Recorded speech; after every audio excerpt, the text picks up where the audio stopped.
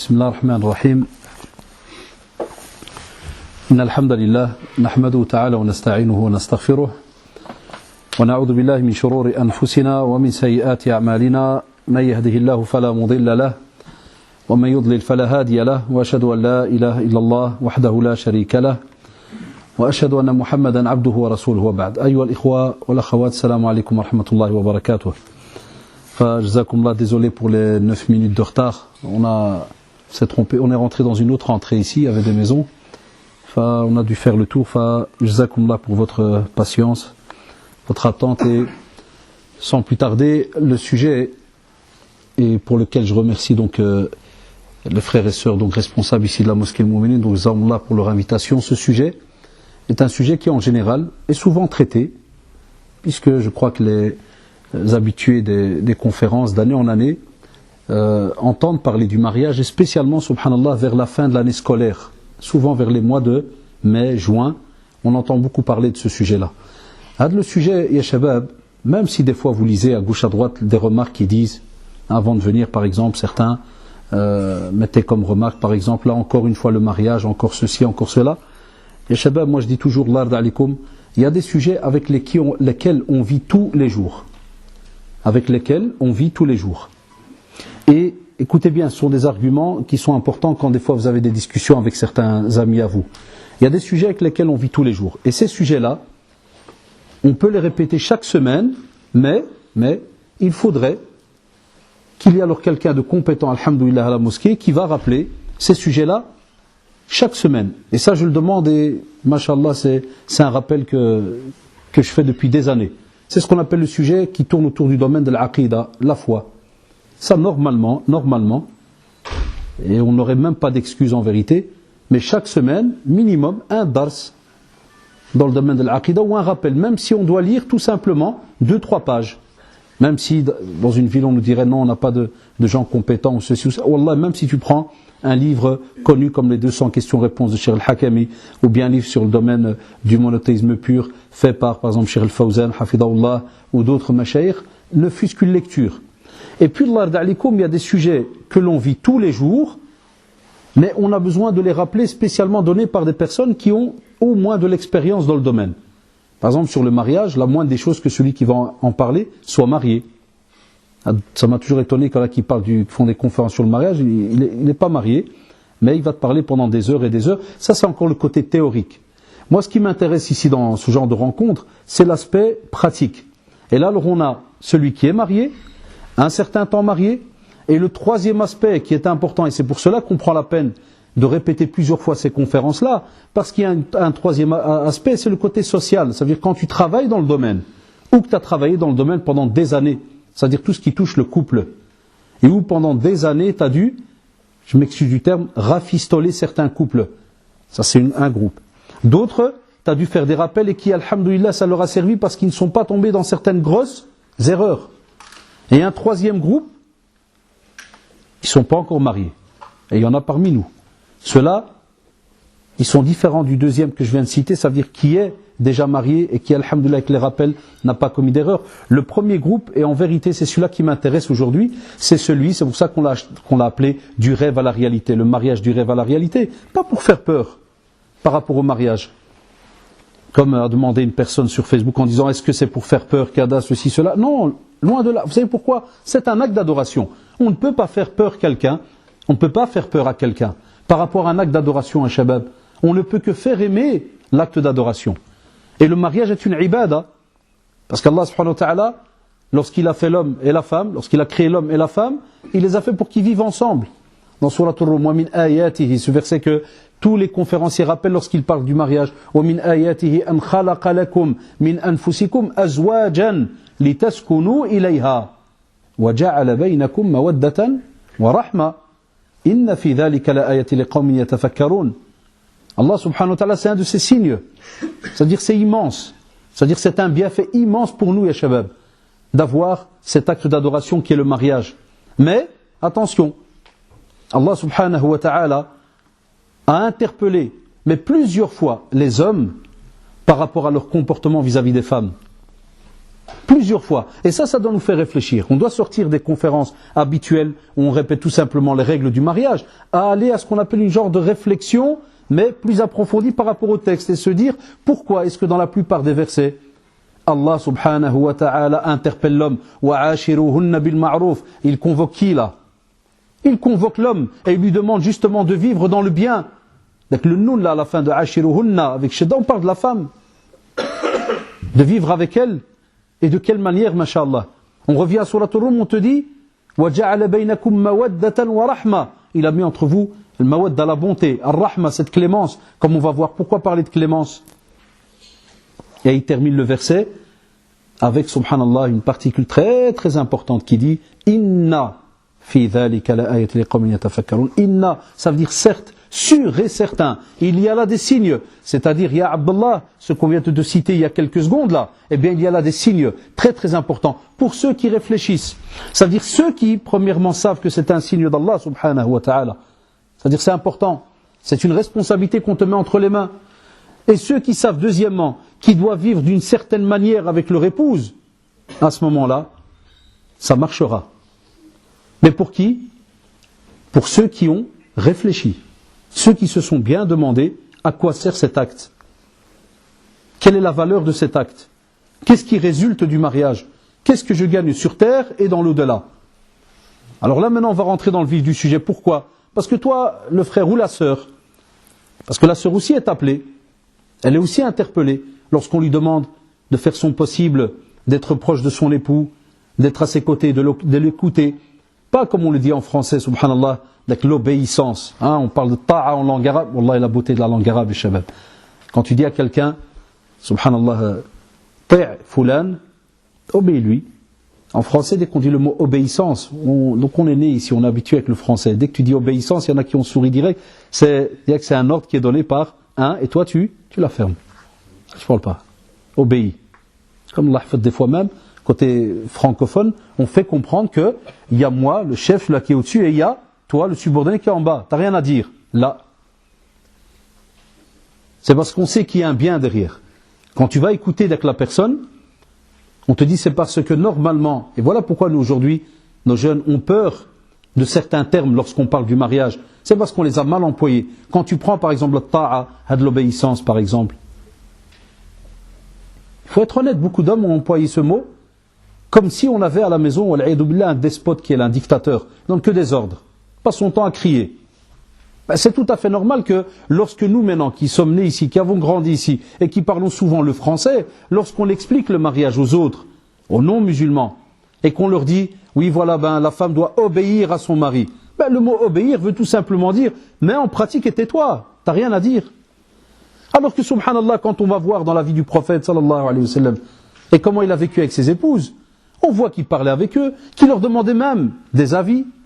Il leur demandait des avis, subhanallah. Même lorsqu'il y a eu le hajj, et que des fois les musulmans, ils étaient, vous savez, il y avait un tas de problèmes dans leur période que nous on ne peut pas aujourd'hui imaginer. Et tu vois les compagnons qui des fois, et même d'autres personnes, c'est-à-dire les compagnons, ils font leur possible, ils sont aux côtés du prophète, mais la communauté est grande, elle s'est agrandie, et ils sont là, ils ne bougent pas. Et ils doivent se raser la tête, ils doivent immoler, et ils ne bougent pas. Et tu as le prophète, sallallahu alayhi wa sallam, qui reçoit un conseil de son épouse, qui lui dit, vas-y, fais-toi en premier, sors, et tu vas voir, ils vont te suivre. Allahu Akbar. Donc, les termes, c'est une première chose, c'est un conseil à ceux qui parlent du mariage aux non-musulmans, ou bien deuxièmement, lorsqu'ils parlent du mariage aux musulmans, mais en français, et à des débutants.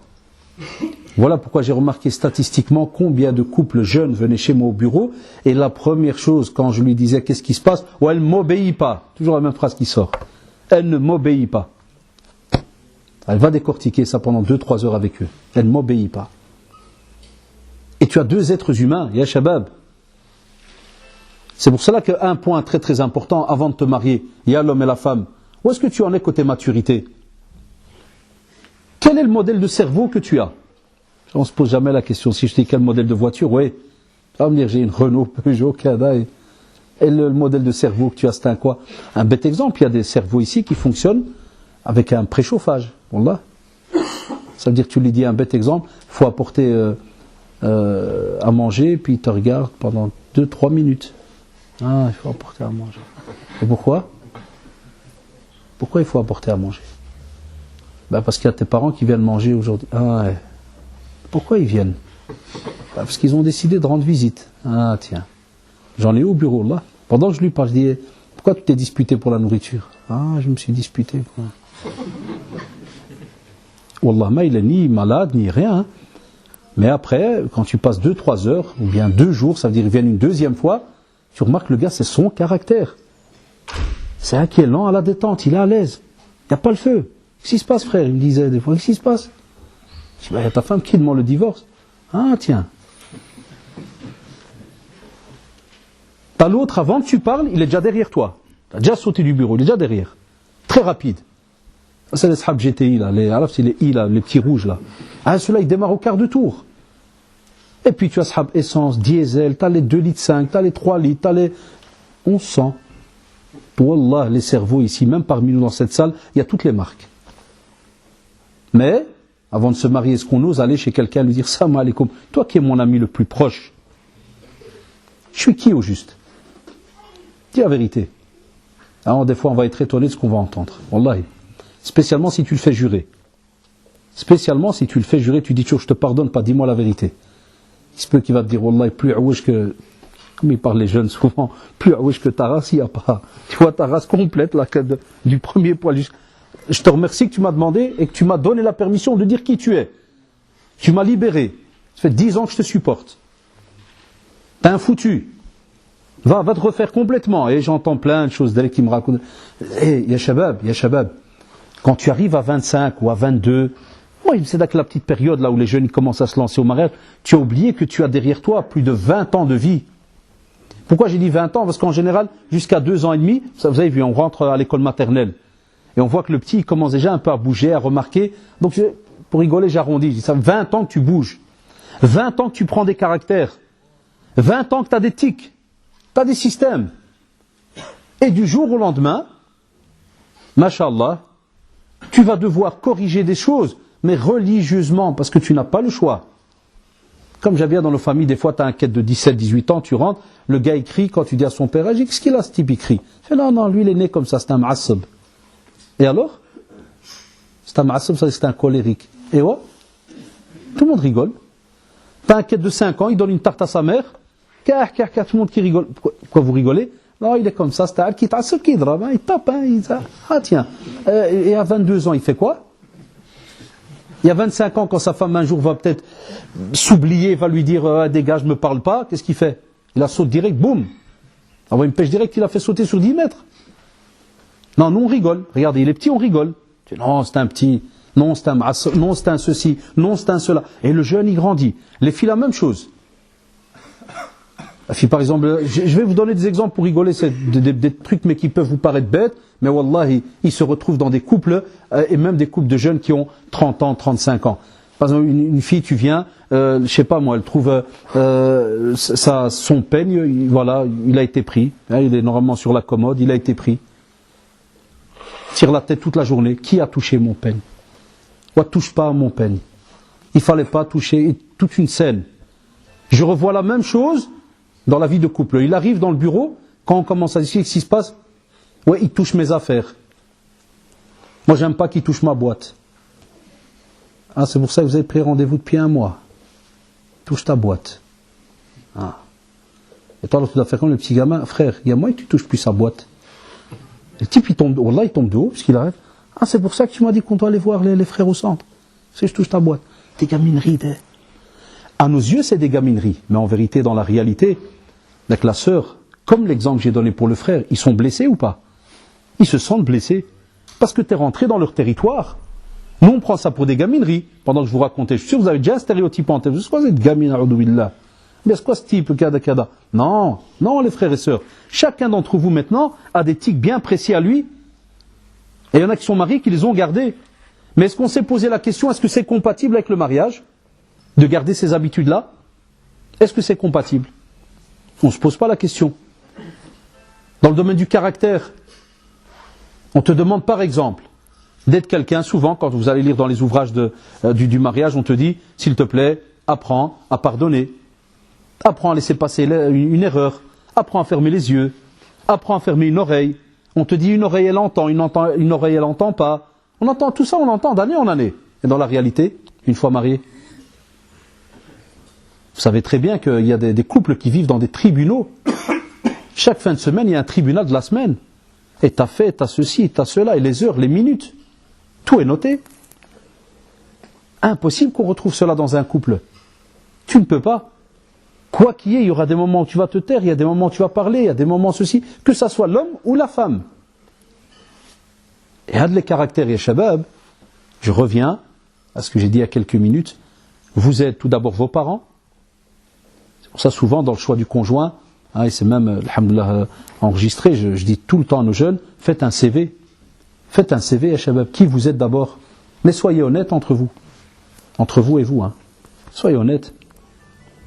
Parce que la première fois où tu vas écrire, c'est toi tout seul. Vous savez pourquoi? Parce que c'est beau quand tu écris toi tout seul. Qui suis-je? Rares sont ceux qui vont mettre Wallah, je suis un tordu. Non. Le frère qui a ces petits trucs qui sonnent depuis tout à l'heure, c'est qui au fait? Qui lève une fois la main, Allah yarda alayh. Parce que je l'aime en Allah. Où est-ce qu'il est? Il y a un GSM qui sonne, il y a un son depuis tout à l'heure. Ou bien si je suis fou, je dois alors aller m'asseoir. Je ne suis pas apte à m'asseoir ici. Hein? Je ne sais pas, qui a un GSM qui sonne comme ça depuis tout à l'heure, ou une sonnerie ou... C'est normal quand il a vu de la manière dont je l'ai demandé, il s'est dit Allah hafad. Il y aura une vraie fête aujourd'hui. Non, s'il vous plaît, parce que ça embête un peu. Donc, il écrit, qu'est-ce qu'il va écrire? C'est normal qu'il va écrire que du bien. Oui, je fais mon possible, je suis généreux, je suis kada, je suis ceci, je suis cela. Ça, en général, c'est ce qu'on appelle la première partie vite fait. Sauf s'il y a quelqu'un qui est vraiment modeste, pas peut-être mettre des. Mais en vérité, il y aura toujours, wallahi, tout 1% que tu ne pourras jamais écrire. Pourquoi? Parce que quand tu as certaines habitudes ou certains caractères, des fois tu es tellement habitué dedans que tu les remarques même pas. Tu les remarques pas. Donc c'est pour ça qu'on te demande, va chez ta mère. Elle a donc la vision en tant que mère que wallahi personne ne peut avoir. C'est elle qui t'a porté. Elle t'a vu bébé, elle t'a vu grandir, elle t'a vu t'épanouir. Nous on va jamais chez la mère avant le mariage. Quand tu vas voir dans les livres, wallahi tu vois Salaf Salih, allez lire le livre Tuhfat al-Arous qui est très connu. Quand tu vas voir, subhanallah, tu trouves souvent que la fille allait parler à sa mère, le garçon allait parler à sa mère. Ou bien, subhanallah, juste avant le mariage, la mère qui conseille la fille sur comment fonctionne l'homme. Et on va en parler après. Ou la mère qui conseille son garçon comment fonctionne une femme. Les parents, la même chose, l'homme, le père. Est-ce qu'on ose aujourd'hui le faire? C'est dommage qu'aujourd'hui, subhanallah, vous avez remarqué, le mariage devient comme quelque chose, comme le chemin de la bataille là, c'est tout seul. Et dès le début, il y a déjà des problèmes. Est-ce qu'il va accepter, est-ce qu'ils vont pas accepter, est-ce que ceci, est-ce que cela? Il part déjà avec un malaise, un mal-être même. Et puis, lorsqu'il veut parler, problème de communication. Donc même si ça marche pas, je vous dis toujours, ya shabab, faites sauter ce premier point avec respect, mais faites-le quand même. Faites le pas vers les parents. S'ils veulent pas, parce qu'on a des jeunes qui me disent, et on est passé par là, des fois il y a des parents msakin, ils ne communiquent pas, ils sont gênés. Il y a encore des anciens parents, c'est des sujets tabous, c'est honteux, tu vas venir chez lui, l'oualid sama alkoum, je veux me marier, comment une femme elle fonctionne? C'est pas que tu vas te remarquer, te regarder, qu'est-ce qui se passe? Par exemple, on va dire c'est un manque de chouma depuis... Non, dans la religion, non. Comment voulez-vous qu'un enfant découvre ça? Et c'est pour ça que je trouve ça un peu hypocrite chez nous. On n'arrête pas de crier à gauche à droite, non, les garçons ne sortaient pas avec les filles, non, les filles ne sortaient pas avec les garçons, non, ceci, non, cela. Naam, c'est de la religion. C'est pas une théorie qu'on a lancée comme ça, c'est de la religion. Mais qu'est-ce qu'on a apporté à la place? Eh bien, dans notre religion, on a apporté à la place des éducateurs, le père et la mère, et puis on passe à ceux chez qui tu vas, tes profs. Dedans, il y a ton cheikh, ton imam de la mosquée. Il y a un tas de personnes qui gravitent autour de toi. Wallahi, on a beaucoup d'éducateurs, nous en vérité. Si on devait vivre à la musulmane, on a beaucoup d'éducateurs. Mais maintenant, réfléchissez 10 secondes. Est-ce qu'on va vers eux? Est-ce que quelqu'un, avant le mariage, vient chez l'imam et lui dit, tiens, kada, ceci, cela, et lui pose des questions? Alors, de nouveau, on va dire, ouais, mais quel imam? Et quel ceci? Et quel cela? Sincèrement, c'est trop mélangé. Il y a trop de problèmes. C'est pas structuré à un certain point qui fait que, mashallah, chaque jeune est au courant de la démarche qu'il doit faire. Eh bien, c'est ce qu'on doit changer dorénavant.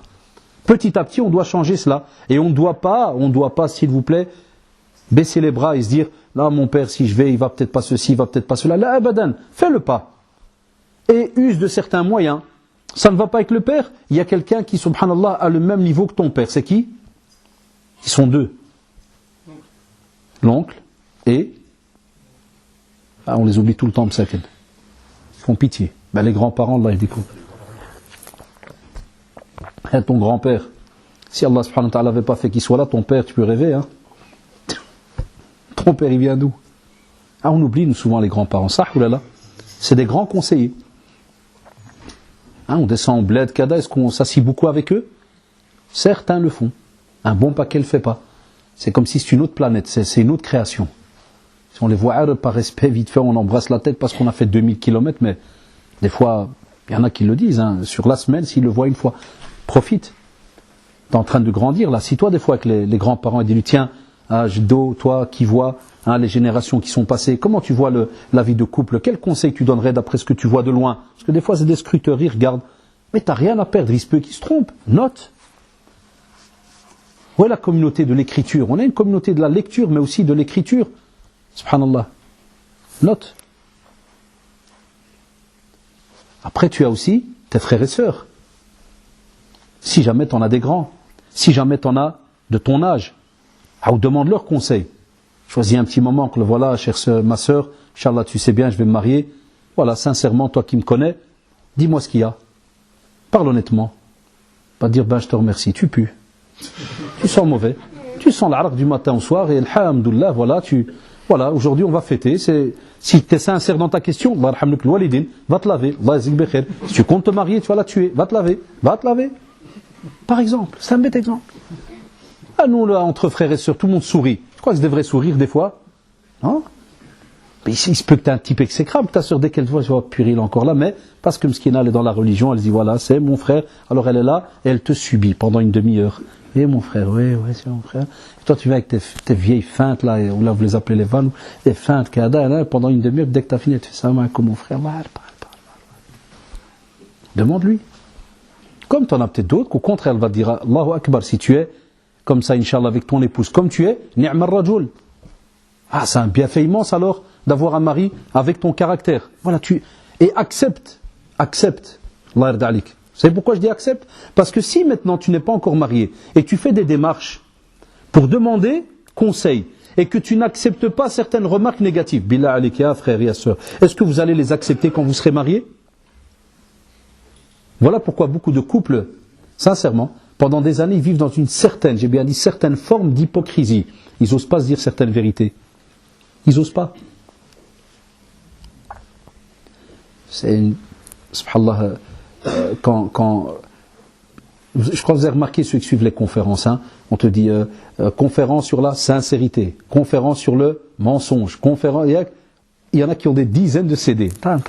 Et dès que tu viens à la réalité, tu dis à quelqu'un, ah ben ça tombe bien, j'ai écouté une conférence sur la sincérité, je voudrais être sincère vis-à-vis de toi. Eh bien voilà ce que je pense de toi. 1, 2, 3, 4, 5, boum, t'es fini. Même si tu le dis avec gentillesse. Donc vous avez remarqué, Shabab, on a beaucoup de théories, on a de la théorie. Mais côté pratique, est-ce qu'on a corrigé tout cela? Mais c'est ce que demande le mariage. Voilà pourquoi on te dit, il y a là des signes pour ceux qui réfléchissent. Parce que si tu veux arriver, Shabab, à vivre avec ton épouse dans la bonté, l'amour et autres, ben, tu dois avoir un certain caractère, tu dois avoir un certain corps, une certaine hygiène, une hygiène corporelle comme une hygiène aussi morale, spirituelle, dans tous les domaines, ya Shabab. Aussi des fois on te demande et on te dit voilà, lorsque tu veux te marier, tu dois être quelqu'un qui soit donc capable de jouer, de sourire. Ça aussi est un problème.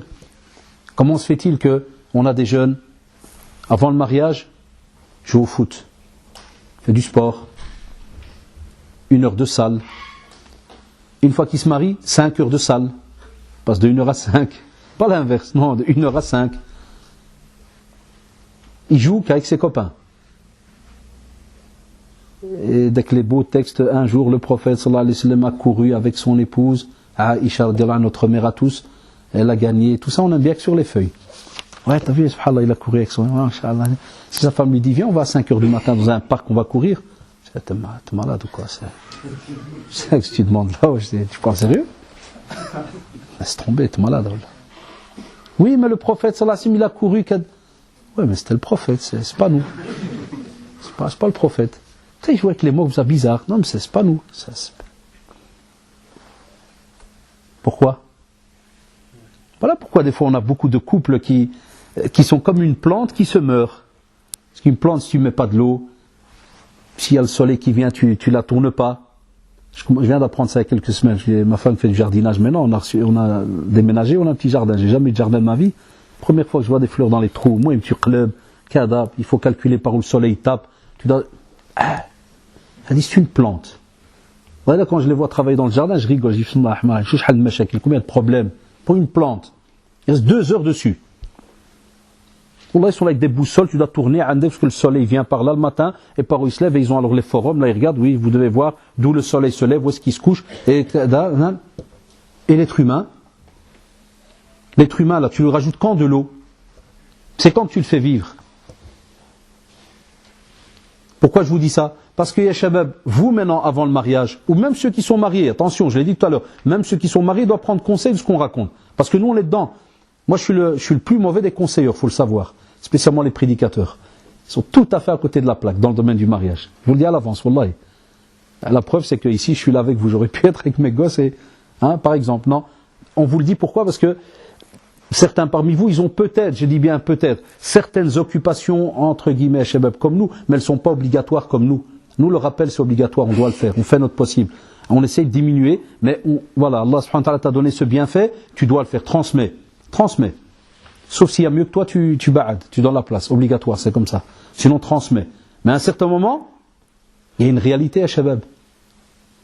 Si toi, subhanallah, maintenant, avant le mariage, tu n'arrives pas à gérer ton temps, comment tu feras une fois marié?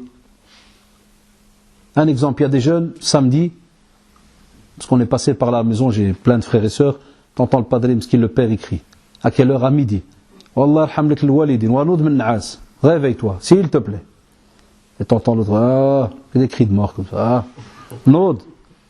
T'as pas prié le fjr, il est midi, c'est presque le dhour. Parce qu'on a un taureau que t'es en train de dbah. Tu sais bien que t'as déjà dbah et qui termine par moyen. Quand des fois tu dis à ton frère, ou bien à d'autres, c'est à dormir, des cousins, où tu leur dis, les frères, vous avez déjà 20, 21 ans. Ça, ce comportement, wallah, il est suicidaire depuis des années. Ou alhamdoulilah qu'Allah subhanahu wa ta'ala vous a laissé vivant. Parce qu'une fois marié, tu devras te lever à certaines heures. Pourquoi maintenant il y a plein, entre guillemets, là, ça que j'aime pas des fois, les attaques entre guillemets de certains frères, ils jouent avec les mots, ils disent, ma femme est matérialiste, pourquoi? Ouais, moi j'ai été travailler, puis ça me plaît pas, et c'était un drôle de boulot, 6 heures du matin. Je sais pas, moi toute ma vie, 6 heures du matin. Et quoi? Moi j'étais au chômage, je vais Inch'Allah trouver un boulot qui commence à 10 heures. Mais ma femme est trop matérialiste, elle pense qu'à ça. Non, subhanallah. On sait très bien qu'il y a le baraka, le bienfait immense dans ta journée, c'est le matin tôt. Bouge, lève-toi. Alors je te dis maintenant en marche arrière, pas de subh, pas de prière. Tu es qui au juste? Toi je dois te donner ma fille, pas de prière? Non, tu vas me dire, si monsieur, Wallah, que je prie. Mais je mets subh avec dhur. C'est une jurisprudence spéciale de martien, c'est subh avec dhur ou l'asr avec... Non, ta journée commence avec la prière de subh, mais ton obligation vis-à-vis du subh, ou bien comme l'appelle le fjr, on l'appelle chez nous maghrébins le fjr, elle se termine au lever du soleil. C'est trop tard. Quand tu seras marié, comment tu vas faire quand on te demandera d'être ponctuel vis-à-vis d'Allah subhanahu wa ta'ala, vis-à-vis de ton épouse, tes enfants? Et l'épouse qui m'entend a de la même chose, elle retraduit ça au féminin. Donc le caractère, dans plein de domaines, il joue. Le sommeil, pourquoi? Parce que ce sont toutes des heures que tu manges, je parle du sommeil exagéré, ce sont toutes des heures que tu manges et que tu retires du droit que l'autre il a sur toi. Que ça soit ta femme, tes enfants.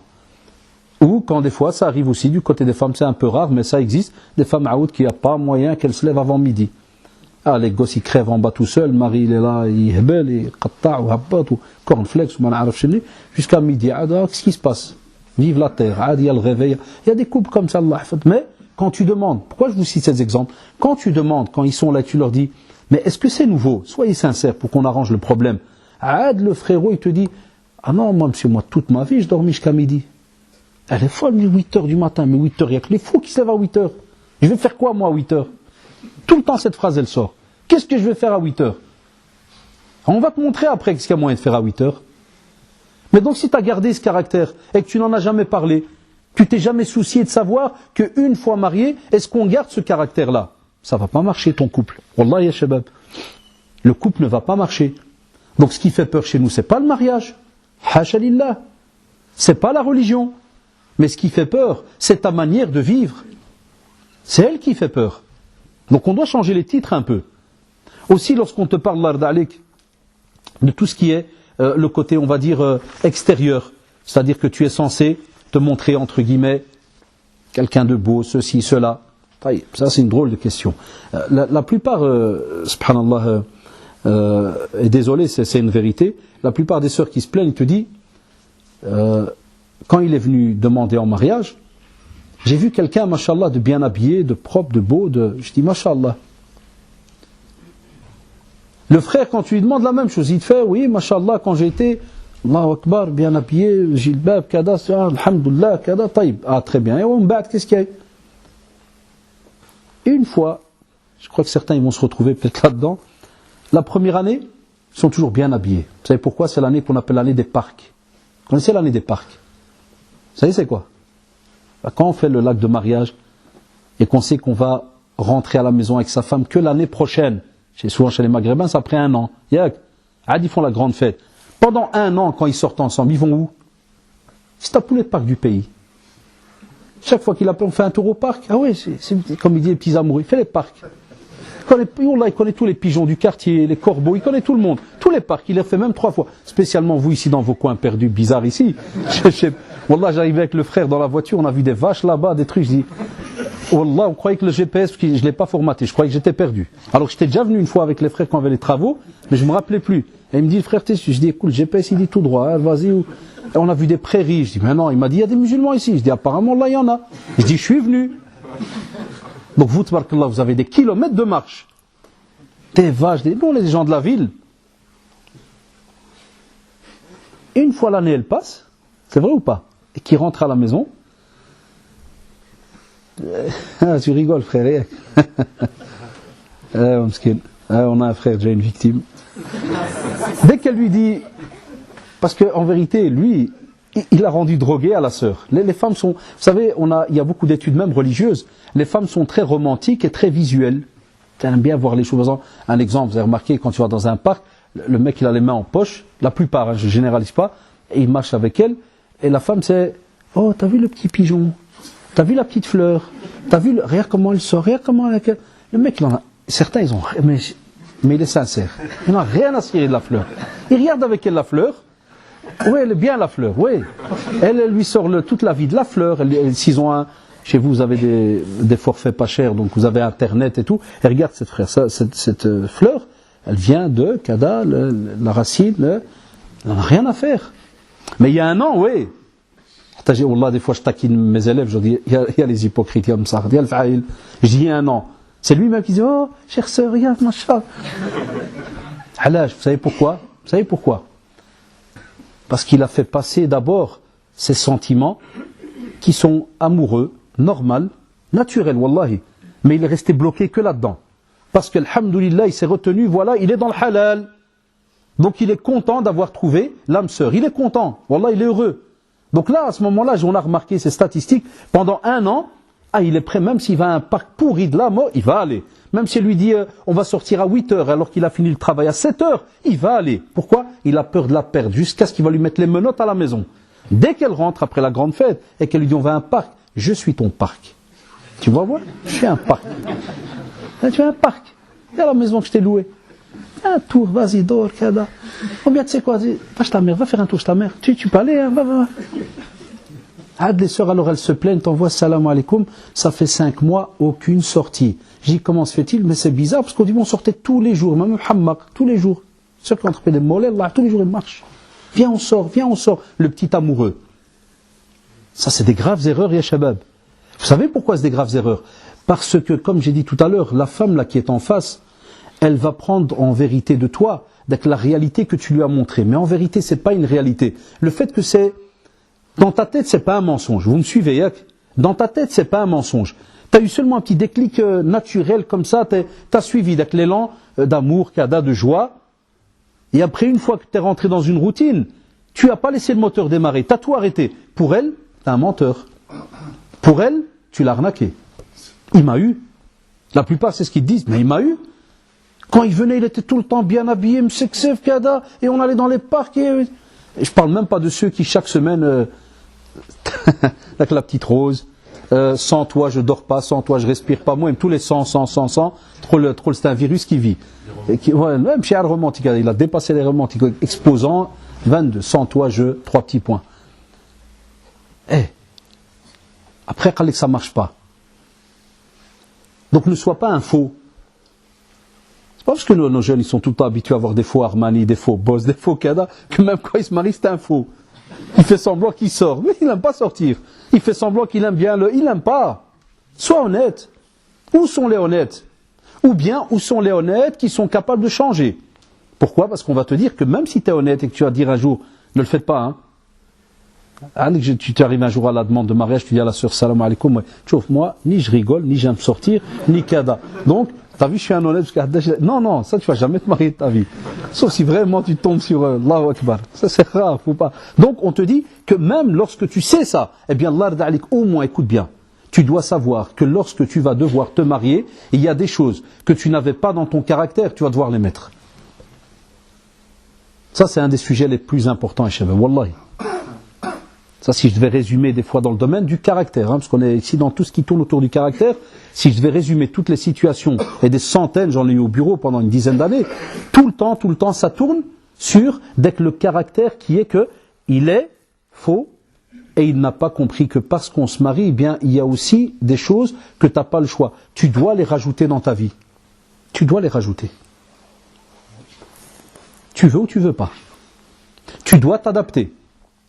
Et ce que je viens de dire maintenant, wallahi, les sœurs retraduisent ça de la même manière côté femmes. Il y a aussi par exemple des femmes qui sont habituées, quand elles étaient jeunes filles, elle est tout le temps dans sa chambre. Ça existe, sors pas.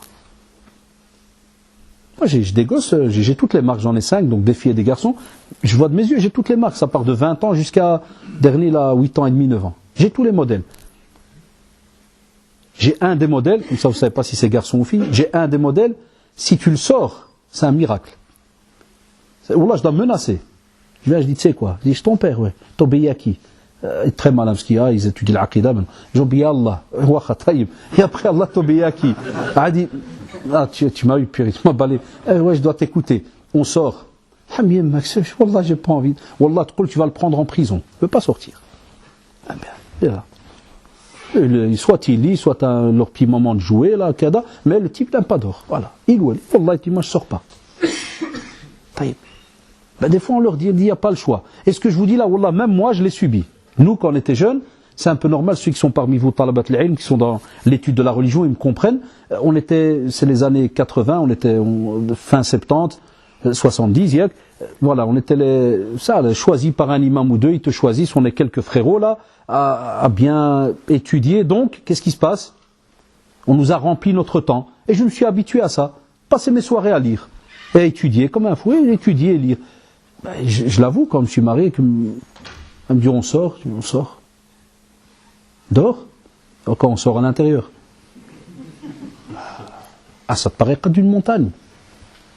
Encore maintenant, à l'heure où je vous parle, c'est pour ça qu'on donne ces conseils aux jeunes, pour pas qu'ils tombent dans les mêmes erreurs. Wallah, à l'heure où je vous parle, tu veux me tuer, et ils le savent à la maison. Parce qu'ils le font avec un sourire, ils me disent, on va au parc? C'est vrai. Ouais, parce que je peux pas, parce que c'est ce que je raconte dans les feuilles, tout, je dois le faire. Je dis, ouais, je vais au parc. C'est un adab. Parce que nous, on n'a pas eu les conseillers que vous avez maintenant en face de vous. Nous, notre génération, wallah, on a appris sur le tas, comme beaucoup d'anciens, ils le savent, on a appris sur le tas. Nous, c'était vraiment le chouma de la mort. Maintenant, alhamdoulilah, certains parmi vous, ils ont des parents qui ont 50 ans, 52 ans. Mais il y a des conférences, il y a kada. Des fois, les parents, quand je vois maintenant, il y a des parents qui restent aux conférences en français. Avant, c'était déjà impossible que tu parles en français à la mosquée. Donc vous, maintenant, toutes ces erreurs que nous, on n'a pas pu, subhanallah, être conseillés en ce temps-là, ou bien on ne nous a pas aidé à les changer, Sincèrement. Vous n'avez pas d'excuses maintenant. Pour la plupart. Wallah, vous n'avez pas d'excuses. Vous avez des centaines et des centaines de conférences et de conseils. Aussi, quand il est avec ses potes, ses copains, ses amis, il peut parler pendant 3 heures. À 3 heures, il parle. Et dès qu'il rentre à la maison, sa femme te dit, monsieur, Wallah, j'ai un cadavre à la maison. J'ai un cadavre, c'est un mort. Parle pas. Quand il vient tout seul, et je lui demande, explique-moi un peu tes soirées, cadavre. Ouais, lundi, entraînement. Après, on va au local avec les copains. Hein. Mardi, on a le café avec les copains. Hein. Un copain. Copain, Zed, et ouais.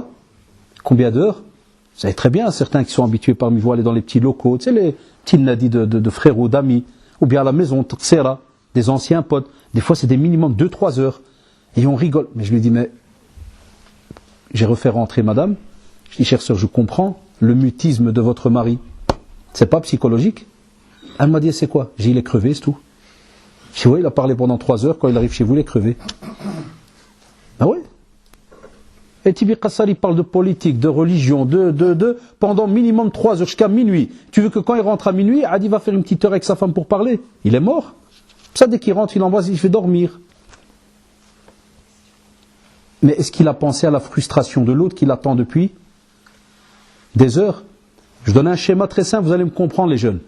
Si tu sors de la maison à 7h30 du matin parce que tu commences à travailler à 8h, tu termines à 16h, elle t'attend déjà depuis combien d'heures minimum?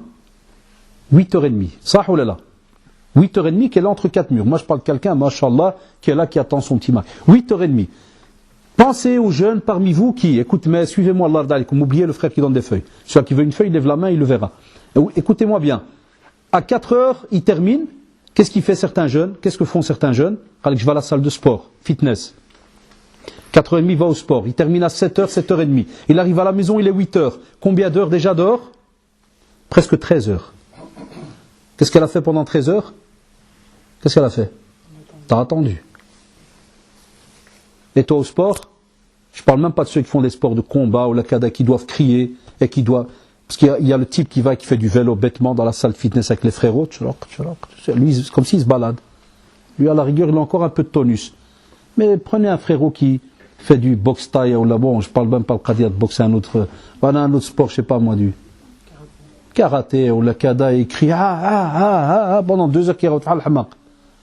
Et quand il rentre, elle vient juste en face de lui et dit, alors, on va discuter. Non, on va pas discuter. Et quand? Demain. Pourquoi? Je suis mort. Il y en a, quand ils le font dans la vie de couple, ils croient que c'est un truc à l'aise, hein. Mais je t'assure, c'est un coup de poignard, hein. Vous savez pourquoi? C'est une sale déception parce que c'est comme si, je vous donne un exemple mais que les sœurs ne le prennent pas mal, hein, parce que ça n'a rien à voir, wallahi. Mais c'est un exemple de bébé. Quand tu prends un petit, et c'est un exemple, tu lui fais comprendre que je vais te donner une boule.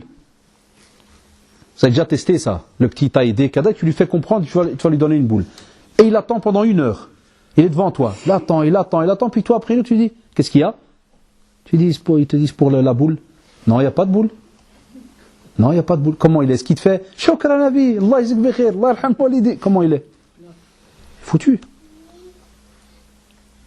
C'est le seul exemple que j'ai trouvé pour te dire que tu as une personne qui, subhanallah, attend, normalement, un genre de, comme un petit cadeau, de se dire, pendant des heures, j'ai parlé avec les murs, j'ai peut-être appelé quelqu'un au téléphone pour essayer de voir, soit une sœur ou une cousine, ou une tante, ou la mère, ou autre, mais bon, même ça, tu vas parler combien de temps?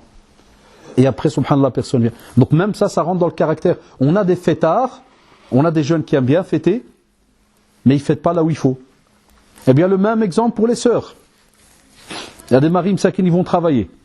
Toute la journée, ils pètent des murs. Un exemple, quelqu'un qui travaille dans le bâtiment. Pète des murs. Il attend avec impatience quand il va rentrer à la maison pour parler. Parce que sinon, il parle toute la journée avec des briques. Pas que des briques. Mais il a fait une erreur. Il a acheté un forfait illimité à sa femme. Bouygues et compagnie. Donc toute la journée, elle a appelé 22 personnes ou 30. Ou là, allez, je te laisse. Ah, il y a une communication en conférence. Et on va parler avec Fattoche et on y va. Elle est morte. Quand le mari arrive, qu'est-ce qui se passe? Est-ce qu'il discute Aoud? Il ne discute pas. Donc des fois, subhanallah, c'est soit l'un, soit l'autre. Regardez le caractère, comment ça joue. Un autre dossier qui casse aussi dans le domaine du caractère. Ceux qui, subhanallah, avec leurs amis, ils rigolent tout le temps. Ils rigolent tout le temps. Et dès qu'il arrive à la maison, qu'est-ce qu'il fait? Tire la tête. Mais c'est normal, les muscles qui sont morts. Toute la journée, il a rigolé. Ben, wallah, ces détails, ya shabab, que ça soit homme ou femme parmi vous, si vous réfléchissez un tout petit peu, vous allez remarquer que ça paraît des détails. Mais Allah yarda alikum, quand vous devez assumer tout cela pendant toute une vie, 24 heures sur 24, mois après mois, année après année, qu'est-ce qui se passe? Un des deux, il lâche. Wallahi, un des deux, il lâche. Et vous comprendrez pourquoi dans Surat Ar-Rum, on parle de mawadda et de rahma. Comment tu veux trouver cette bonté, cet amour? Al mawadda, vous savez, en langue arabe, quand on parle de mawadda, al mahabba, en langue arabe, ça, c'est des termes bien différents. C'est pas au même niveau, hein, subhanallah. Ça va loin. Lorsqu'on parle d'Ibrahim, Ibrahim alayhi salam, hein, et son rapport avec Allah, subhanahu wa ta'ala, Khalil. C'est tous des termes, subhanallah, qui montrent une de ces approches, mais incroyables. Mais nous, ça qui est dommage, est-ce qu'on a appris le sens de ces termes? Ils sont dans le Coran, on les lit des fois même en phonétique pour certains et autres, mais est-ce qu'on connaît le sens? Est-ce qu'on connaît le sens? Et est-ce qu'on sait quel entraînement on est censé faire pour arriver justement à les mettre en pratique? Parce que si Allah subhanahu wa ta'ala t'a demandé qu'il y ait justement al-mawadda et al-rahma, c'est justement pour que ce couple fonctionne. Ça veut dire que normalement, si tu ne les mets pas en pratique, ce couple ne pourrait pas fonctionner. Voilà pourquoi il te dit Inna fi dhalika la ayati liqawmin yatafakkarun. Réfléchissez un peu et vous allez voir que si jamais vous mettez ces ingrédients-là, Inch'Allah, au fur et à mesure, ça va avancer. Parce que le mawadda et rahma te demande, subhanallah, de fournir un effort, mais exagéré. Un effort exagéré. Parce que c'est toute une vie. Tu n'arrives pas à mettre cet effort en marche, eh bien, tu n'as pas été de ceux qui ont réfléchi, tu n'as pas investi. C'est pour ça que, comme vous l'avez remarqué, il y a des pertes et charges après. Et là, il n'y a pas le choix parce que certaines pertes, il y a moyen de les récupérer. Des fois, tu fais tomber un plateau, il y a moyen de récupérer quelques verres. Mais quand des fois tout est parti, bah, c'est ce qu'on appelle le divorce. La personne ne veut pas revenir. Parce que la seule image qu'il a de toi, la sœur, ou qu'elle a de toi, le frère, c'est que du négatif. Donc le caractère est un point très très important, et shabab. Le côté religieux, tout ce qui est le côté que l'on appelle donc programmation religieuse, on n'arrête pas de le dire aux jeunes, on n'arrête pas de le dire, qu'une des choses qui fait que la routine s'installe dans le couple, ya shabab, c'est soit, de temps en temps, c'est bien de dire les choses comme elles sont, parce que soit tu as des couples qui croient que apporter du bonheur dans son couple, c'est quoi? C'est d'aller tous les vendredis au cinéma. Il y en a qui te le disent. Ah, moi je suis content quand subhanallah.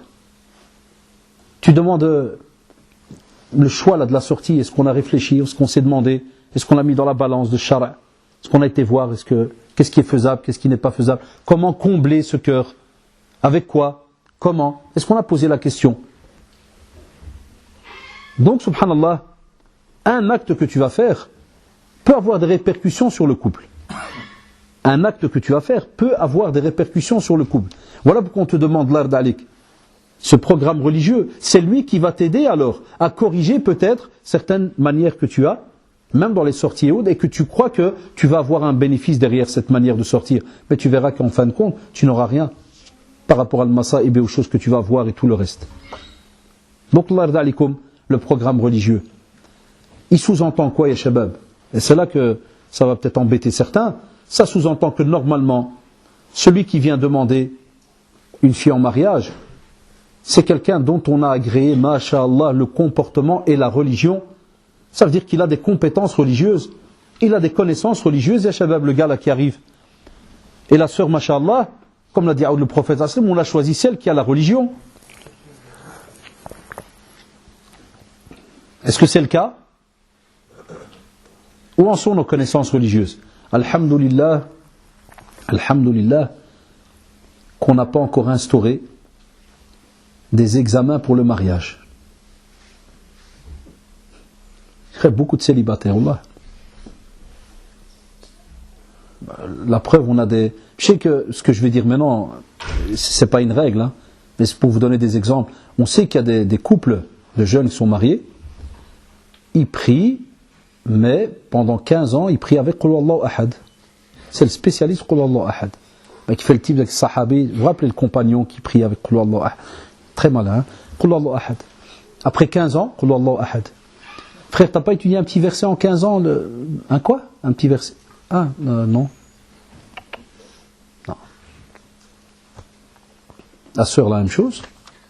Ou bien des fois on a remarqué, subhanallah, c'est dommage de le dire, que côté sœur, à cause des fois, soit il y en a qui sont, ils aiment bien, talab al-ilm, kada, d'autres, ça qu'ils le disent, j'ai dû apprendre parce que j'avais toute la journée à attendre. Voilà, j'ai aimé ça parce que j'avais pas le choix, je commençais à lire, à bouquiner, internet, kada, j'ai appris. Et qu'est-ce qui se passe alors? Regardez ce qui vous paraissait au début, quand je viens de le citer à quelques minutes, comme étant peut-être un détail, vous allez comprendre. La sœur commence à accélérer le pas. Et vous traduisez la même chose côté homme. Ça veut dire que j'ai eu devant moi deux styles. Soit, l'homme, côté religieux, il est naze, il n'y a rien. Ça veut dire il fait sa prière mesquine, mais il ne connaît rien. Il n'étudie pas, il ne veut pas apprendre, il ne va pas aux conférences, il ne va nulle part. Et la femme, ça lui prend l'envie, et elle prend le TGV. Lui, il est toujours à pied. Hein. Après un an, il prend de temps en temps le vélo. Mais bon, un vélo devant un TGV, il n'y a rien, les frères. Hein. Le TGV, il est déjà loin, il est déjà arrivé. Qu'est-ce qu'on reçoit comme mail? Salam alaikum, cher frère. Ma vie avec mon mari est un enfer. Je sens que ma foi, elle baisse. Tout le temps, ça nous vient, ça. Ça veut dire que la sœur, elle veut avancer. Elle veut qu'il y ait un programme religieux. Elle veut le soir qu'il y ait des discussions sur certains sujets de religion, ou d'étudier certains textes, ou d'étudier des versets. Puis toi, tu viens, tu me récites, je te récite. Je te dis, il n'y a rien. Donc, je n'espère plus rien de lui. J'étudie, j'avance. Et puis, allez voir, les shabab, comme nous disent nos professeurs quand on parlait avec eux, est-ce que des fois c'est shaitan? Est-ce que des fois c'est aussi la réalité? Des fois, la sœur te dit, non, je le vois, comme on dit dans notre dialecte, elle te dit, je le vois noir. Je ne veux pas rester avec lui. À l'âge, il n'y a pas de din. Je le sens plus, fini. Allahu Akbar. Des fois, c'est irrémédiable, wallahi. Quand tu as des personnes qui rentrent alors dans la religion tout seul, dans le couple, hein, et qui commencent à bouquiner, à étudier, kada, et tout seul, et qui sentent que tu ne les valorises pas, tu t'approches pas, tu fais pas, ne vous étonnez pas. C'est pour ça que j'ai donné l'exemple, par exemple, de la sœur. On a le même cas de frérot qui te dit, Salam alaikum, cher frère, avant de me marier, j'étudiais dans un centre ou avec des frères, kada, kada. J'ai proposé à ma femme, rien n'y fait. Elle est bien, jaza Allah, kada, mais je sens, je ne peux pas rester avec une personne comme ça. Je veux avancer. Ça existe. Est-ce qu'on en parle? Non. Il se marie à on va suivre un cours. Non, pas de cours. Moi je te dirais, tu dois. Déjà pour te sauver toi, sur terre et dans l'au-delà. Et pour plus tard ta progéniture, pour tes enfants, Allah alik. Tu vas devoir transmettre quelque chose à tes enfants. Qu'est-ce que tu vas leur transmettre? Qu'Allah me pardonne, c'est pas pour rigoler de certains. On transmet des petites choses à la marocaine des fois. Je parle de ma race, hein, à la marocaine. Le genre, va dormir, non? Andek bouloulou. Foufou. Toi, si s'approche du four, foufou. Quoi d'autre? Il n'y en avait pas d'autre? Voilà, c'est des petits... Le mec, il va s'asseoir, il ouvre un livre, et il va savoir comment discuter avec ses gosses de 2 à 5 ans, avec ceux de 8 à 10. Avec les grands, pas moyen.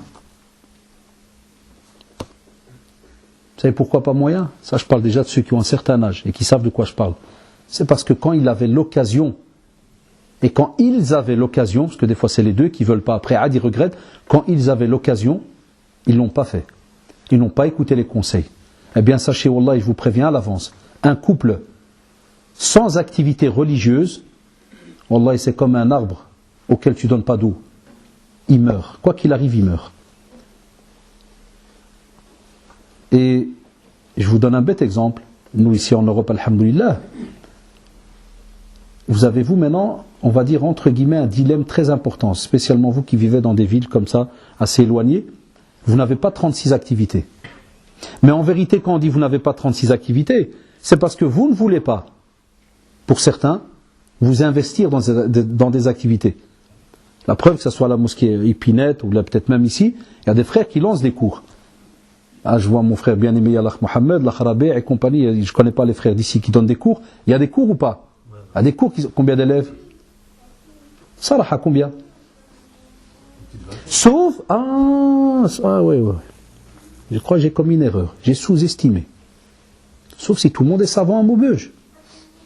Qui a Hayat Kibar al-Ulama à Maubeuge. Ça veut dire la grande instance des savants d'Europe est à... Ah ouais, je ne vous connais pas, je ne vis pas avec vous, parce que je connais que 2-3 frères. Corrigez-moi, Allah, direct. Non, on a tous besoin d'apprendre, ya shabab. Alors moi, je trouve toujours, wallahi, et maintenant je crois que vous commencez à saisir, comment est-ce qu'on peut avoir un couple, mashallah, dans le din, tranquille, ceci, cela, et qui s'épanouit dans la religion, alors que quand ils ont 18, 19, 20, 21, les cours, il y a 3-4 élèves qui sont là. Où sont les autres? Qui vont se marier maintenant en juin, juillet, août, qui vont aller au bled, vont se marier, vont revenir. Où sont-ils dans les cours? Une conférence n'est pas un cours. Une conférence, c'est un dessert. Comme si je te dis, tu veux goûter les fraises? Ouais, viens, tac, boum, tu reçois une fraise. Voilà, ça c'est une conférence. Tu veux savoir vite fait ce qu'est le mariage, kada? Voilà, une petite heure et quelques, la'aoun.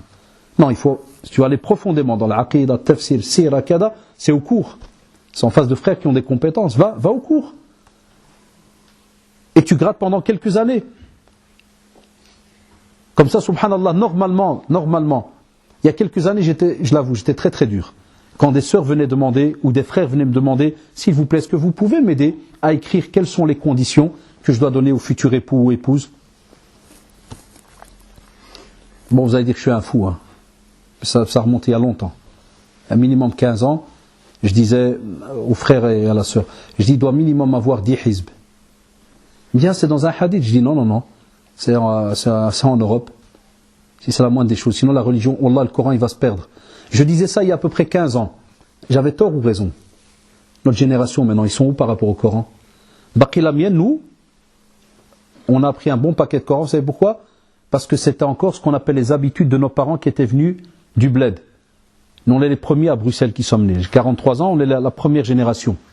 Ceux qui sont un peu plus grands que moi sont en général aussi nés, donc dans les années qui étaient juste avant, les années 68, 69, 70. Et puis on a eu ceux qui sont un peu plus âgés que moi, mais qui sont venus du Maroc à l'âge de 6 ans, 7 ans. Ah, maintenant, on est vraiment la grosse partie qui est née de la première vague d'immigration en Belgique. Donc nos parents, quand ils sont venus, wallahi, dans le coffre, vous savez ce qu'ils avaient quand on allait au Maroc? Vous savez ce qu'ils avaient quand ils revenaient? Excusez-moi. On prenait avec nous l'ouh, la planche, smar. Vous savez c'est quoi smar? Il n'y a que les parents qui savent ça.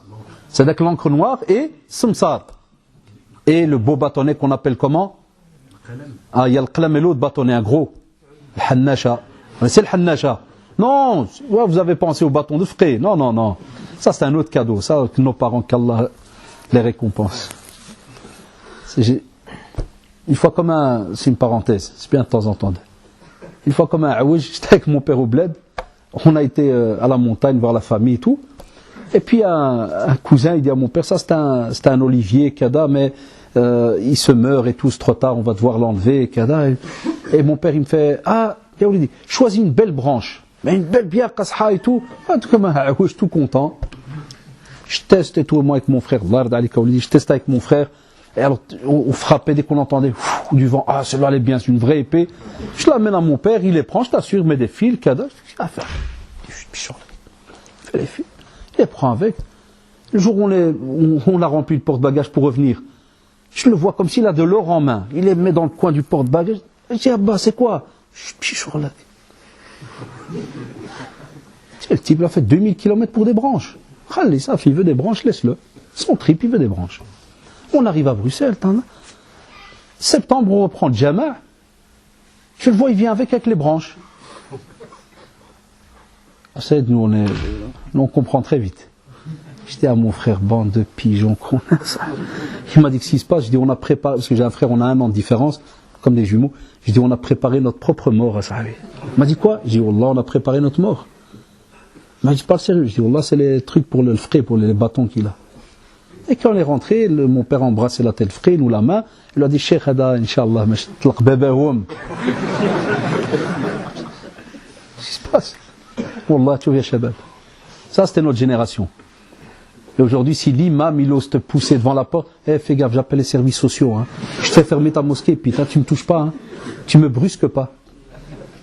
Amma les petits qui sont à l'école arabe, ça, je t'en parle même pas. Si le prof, il a l'art, le malheur de crier, wallah, demain les pétitions, nous devons éjecter le professeur qui a traumatisé à vie notre enfant, Abdullah, qui ne mange plus. C'est la réalité ou pas, Shabab? Regardez comment les générations changent. Alors, Taïb Sidi, on va dire qu'il y a du bien dans ce changement, d'une certaine manière. Parce que c'est vrai qu'on a aussi été traumatisés. Attention, je le dis en rigolant, mais on en a reçu. Taïb, il y a mieux. Alors, le fait qu'il y a mieux, Allah alaikum, vous savez ce que ça veut dire auprès d'Allah subhanahu wa ta'ala? Au plus c'est facile, au moins tu as d'excuses. Ah, c'est là que vous n'avez pas le choix maintenant. La plupart d'entre nous, on est coulés maintenant. Wallahi, ceux qui ne viennent pas suivre certains cours, ils sont coulés. Parce qu'ils ont la facilité, mais ils ne veulent pas. Eh bien, dans ta vie de couple, tu vas te retrouver, subhanallah, à devoir, Allah yarda alik, choisir certains apprentissages. Tu n'as pas le choix. Tu vas devoir choisir certaines choses. Et je m'excuse d'en parler, c'est une parenthèse, mais il n'y a pas à être gêné. Voilà pourquoi, et demandez même aux frères parmi vous qui s'y connaissent en religion, voilà pourquoi tu as des couples mariés 2 ans, 3 ans, et ils t'appellent encore pour savoir comment est-ce qu'on se lave après une relation. Je dis à un jeune, j'ai besoin des statistiques, je lui dis, tu es marié depuis quand mon frère? Il m'a dit, ça fait 1 an. Ouais, je dis, ouais, l'islam à la relation. C'est ta première depuis 1 an? Non, c'est parce que c'est ma femme qui m'a dit, il y a un doute. Elle m'a dit, c'est pas normal ce qu'on fait. Et je dis, t'as un doute depuis 1 an? Je dis, Wallah haram alik. Alhamdulillah qui nous respecte, ça, qui nous prend pour des grands frères. Je dis, Wallah haram alik. 1 an. Il se peut que tes prières 1 an, elles étaient mauvaises. Ah, monsieur Haddash, t'énerve pas. Il me dit, moi au moins je t'ai appelé, hein, comme pour dire, ouais, je te fais plaisir, je t'appelle. Tu vois, je t'ai appelé, hein. Donc, style, arrête de te faire mal, réponds-moi et. Wallah, ya shabab, c'est la vérité. Il y en a encore maintenant, ils ne savent pas des fois comment récupérer les ablutions. Si par exemple, il a oublié les pieds, ou bien les mains, et il est déjà arrivé aux pieds, puis il sort, puis son père dit, mais tes mains sont sèches. Et ouais. Et ouais quoi? Mais qu'est-ce qu'ils vont faire? Et ouais, des fois même le père, il dit, quand tu sais pas, Zaman, comment on fait? Et si on y vite entre nous, tac, tac, on part. Tout ça, ya shabab, vous allez devoir l'inculquer à vos enfants. Nous, c'est honteux qu'on envoie. Vous savez, ça reste mon avis. Quand je vois des fois dans des cours d'arabe dans les mosquées, cours sur les ablutions. Wallah, je dis la honte. Ça reste mon avis, hein. Attention, je dis c'est mon avis. Wallah, c'est la honte. C'est pas au professeur de l'école arabe à apprendre à mon fils les ablutions. C'est à qui? C'est à moi et à sa mère. D'abord, moi, en tant que responsable général, et si jamais vraiment, Allah il y a un cas de force majeure grave, c'est à sa mère. Mais je ne paye pas, moi, 20 € par mois pour que le prof d'école arabe, il apprend à mon fils comment faire les ablutions. Ah, c'est honteux. Wallah, c'est honteux. Lui, le prof, il doit monter loin dans la langue arabe. Vas-y. Et le travail de texte et l'élocution. Pas 10 ans à l'école arabe quand tu dis salam alaikum. Kayfa haluka? C'est quoi? Il a payé 2000 € depuis 10 ans. Puis quand il est marié, il ne s'est même pas terminé, comme on dit, une prière normale. Ou ceci, tout ça, ya shabab. Tout ça, ya shabab. Vous avez remarqué, subhanallah, c'est ce qui fait vivre le couple, c'est le côté religieux. Vous savez pourquoi? Parce que lorsqu'il y a tout le temps des petites soirées religieuses, en général, il est connu que quand on est dans une assise religieuse, Allah subhanahu wa ta'ala, wallah, il nous embellit de sa miséricorde. Vous savez très bien c'est quoi les assises. Enfin, normalement, on parle quand on est, par exemple, tout un groupe de personnes qui est en train d'adorer Allah subhanahu wa ta'ala. Mais est-ce que vous pensez que lorsque vous êtes à la maison, vous et votre épouse, Allah subhanahu wa ta'ala ne vous donne pas un bénéfice? Il n'y a pas sa miséricorde sur vous, il n'y a rien? Là, abadan. Il y a, les shabab. Wallah, vous avez un bénéfice immense. Ça veut dire quoi? Ça sous-entend qu'à ce moment-là, quand tu es dans ce domaine-là, est-ce qu'il y a moyen d'avoir ce qu'on appelle une certaine nervosité? Colère? Oui ou non? Ah, vous vous trompez. Ah, ça se peut, oui, ça se peut, non. Allah, qui peut me dire pourquoi? C'est en rapport avec le caractère. Eh bien, je vous donne la réponse. Si dans ton caractère, tu es quelqu'un, ça c'est le dernier sujet, Inch'Allah, si dans ton caractère, tu es quelqu'un qui ne sait pas écouter, qui sait que parler, si tu es quelqu'un qui a toujours raison, T majuscule, si tu es quelqu'un qui n'accepte pas que celui qui est en face puisse connaître plus que toi, ces assises religieuses, elles se terminent combien? Comment? Ben là, j'ai déjà eu des couples qui ont fait des programmes religieux et ils sont arrivés presque à divorcer à cause du programme religieux. Wallah. Vous savez pourquoi? Par exemple, le frère tout content, regardez, hein, c'est de nouveau les caractères. Frère tout content, il prépare un petit sujet. Puis il vient, il dit à son épouse dit non, c'est pas comme ça. Et si, c'est comme ça. Non, non, c'est pas comme ça. Pourquoi tu connais mieux que moi? Je vous laisse le reste. Deuxièmement, les divergences. Quand tu t'es marié, qu'est-ce que tu connais des divergences que ta femme a en tête sur certains sujets religieux? Et toi, la sœur, quand tu t'es marié, qu'est-ce que tu connais des divergences que ton mari a en tête? Allez, c'est pas pour allumer certains couples maintenant, mais par exemple, ton mari, toute sa jeunesse, donne la bise à sa cousine. Tu sais, il rentre, cousine, salam alaikum, c'est la cousine, tout va bien, ça, il saute dessus même, caca. La femme, elle trelaque quand elle est mariée. Qu'est-ce qui se passe? T'as mesquin le mari qui dit, mais c'est comme ma sœur. On a grandi ensemble, les pampers ensemble, tout ensemble. Et quand la sœur mesquine elle lui dit, mais t'as le droit de te marier, quelle c'est ta cousine? A'oudou billah, elle, jamais de ma vie je me marie avec elle. C'est comme ma sœur. J'ai eu ça au bureau. Je dis, mon frère, ta sœur tu l'oublies, c'est ta cousine. C'est ta cousine, il n'y a pas ta sœur. Eh bien, j'ai eu des frères dégoûtés, ils ne comprenaient pas, ils étaient sincères. Ils disaient, ah monsieur, s'il vous plaît, nous on a grandi ensemble. Tu peux plus. Et ça a commencé comment? Dans le cours. Elle a préparé un cours parce qu'elle a remarqué qu'il y avait des drôles de trucs bizarres là, entre les cousins et cousines, mais qui sont halal dans la tête de type. Ils sont halal, tu dis quoi, je casse avec ma cousine? C'est comme ma sœur. Et on a déjà assisté des fois des trucs, le type il vient, il tape. Et ma cousine, tout va bien. Et t'as la sœur mskina, l'épouse elle est là. Qu'est-ce qui se passe? Si elle est assez mature et qu'elle dit rien au moment même, elle va te le sortir dans la soirée religieuse. Elle va te préparer un beau cours. Avec qui peux-tu parler et rigoler? Et toi tu sens que le message arrive. Alors si tu as un bon caractère, tu es quelqu'un, mashallah, qui est assez ouvert d'esprit, qui dit, ah, mashallah, chère épouse, c'est moi que tu vises, pourquoi c'est une erreur? On ne peut pas. Et qu'elle te dit, qala sallallahu alayhi wa sallam, qala, et que tu es quelqu'un, mashallah, de sincère, tu vas lui dire, ah, mashallah, c'est vrai, Allahu akbar, ah, Allah yarda alik, Allah, oh, tu m'as sauvé. Bon, ça, c'est la meilleure scène. D'accord? La vraie, je ne peux pas vous la décrire ici à la mosquée. Ah, il faut la vraie. Et la même chose quand c'est la sœur mskina qui a des petites habitudes et que on vient en parler et que ça part. Et Shabab, il y a moyen donc de parler de beaucoup de choses. Là, qui nous aurait remarqué de l'Ardalikum qu'une des choses qui est très très importante lorsqu'on vous parle souvent, pour résumer comme ça ce côté du rêve, de la réalité, c'est pour vous dire en vérité, à de la réalité, il y a moyen qu'elle soit dans le rêve et le rêve dans la réalité. Wallahi. Ça veut dire que chez nous, on n'a pas, entre guillemets, ce qu'on appelle des gens qui vivent, mais dans du doute, dans du vide. Non, mais c'est comme ça, on doit subir, on doit faire. Là, c'est parce que c'est nous qui l'avons accepté, Shabab. C'est parce que c'est nous qui ne voulons pas le changement. Amma, normalement, quand tu prends, subhanallah, toutes les règles que l'on a dans le domaine du mariage, et spécialement tout ce qui est le domaine relationnel, comment fonctionner avec l'autre, on a, tabarakallah, des centaines d'exemples.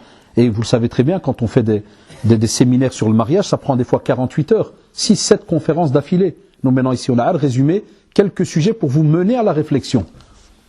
Et pour vous dire que le mariage, le fait que c'est un acte d'adoration, dit qu'il y a alors une responsabilité. Et la responsabilité, elle est lourde. Pourquoi? Parce qu'elle te touche d'abord à toi, elle touche aussi donc ton épouse, elle touchera tes enfants, ceux qui sont aussi autour de toi, il y a des répercussions. Un exemple. Dans ton caractère, qu'est-ce que tu connais, toi, des remarques qui viennent des personnes étrangères? Qu'est-ce que tu connais de toi? Je donne un bête exemple. Tu habites, je sais pas moi, j'ai vu des petits HLM ici en face. Tous les jours, depuis que tu es jeune, tu as un petit vieux qui passe à côté de toi, à chaque fois qu'il te regarde, il te fait « l'ouij ». Le temps est passé. Toi, le petit aouj, t'as grandi. Sa fille, elle a grandi. Et subhanallah, vous vous êtes rencontrés dans le halal et vous allez vous marier.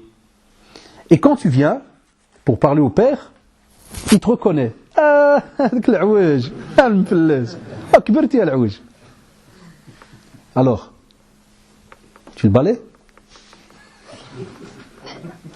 Ah, vous rigolez maintenant. Combien est-ce qu'on n'a pas, les shabab, allez faire des statistiques, combien on n'a pas de couple à l'heure où je vous parle, où le beau-fils ne parle pas à ses beaux-parents depuis 10 ans, Wallah que j'ai les mails avec moi ici, la tablette, de sœurs qui supplient, s'il vous plaît. Et souvent quand je viens des fois à des conférences où je vais parler de mariage, ils me disent s'il vous plaît, pouvez faire un conseil, dire que les maris doivent patienter. J'ai ma mère, je parlais de beau-père, des fois c'est la mère. Allez, je vais taquiner, hein. C'est des beaux exemples mais qui existent.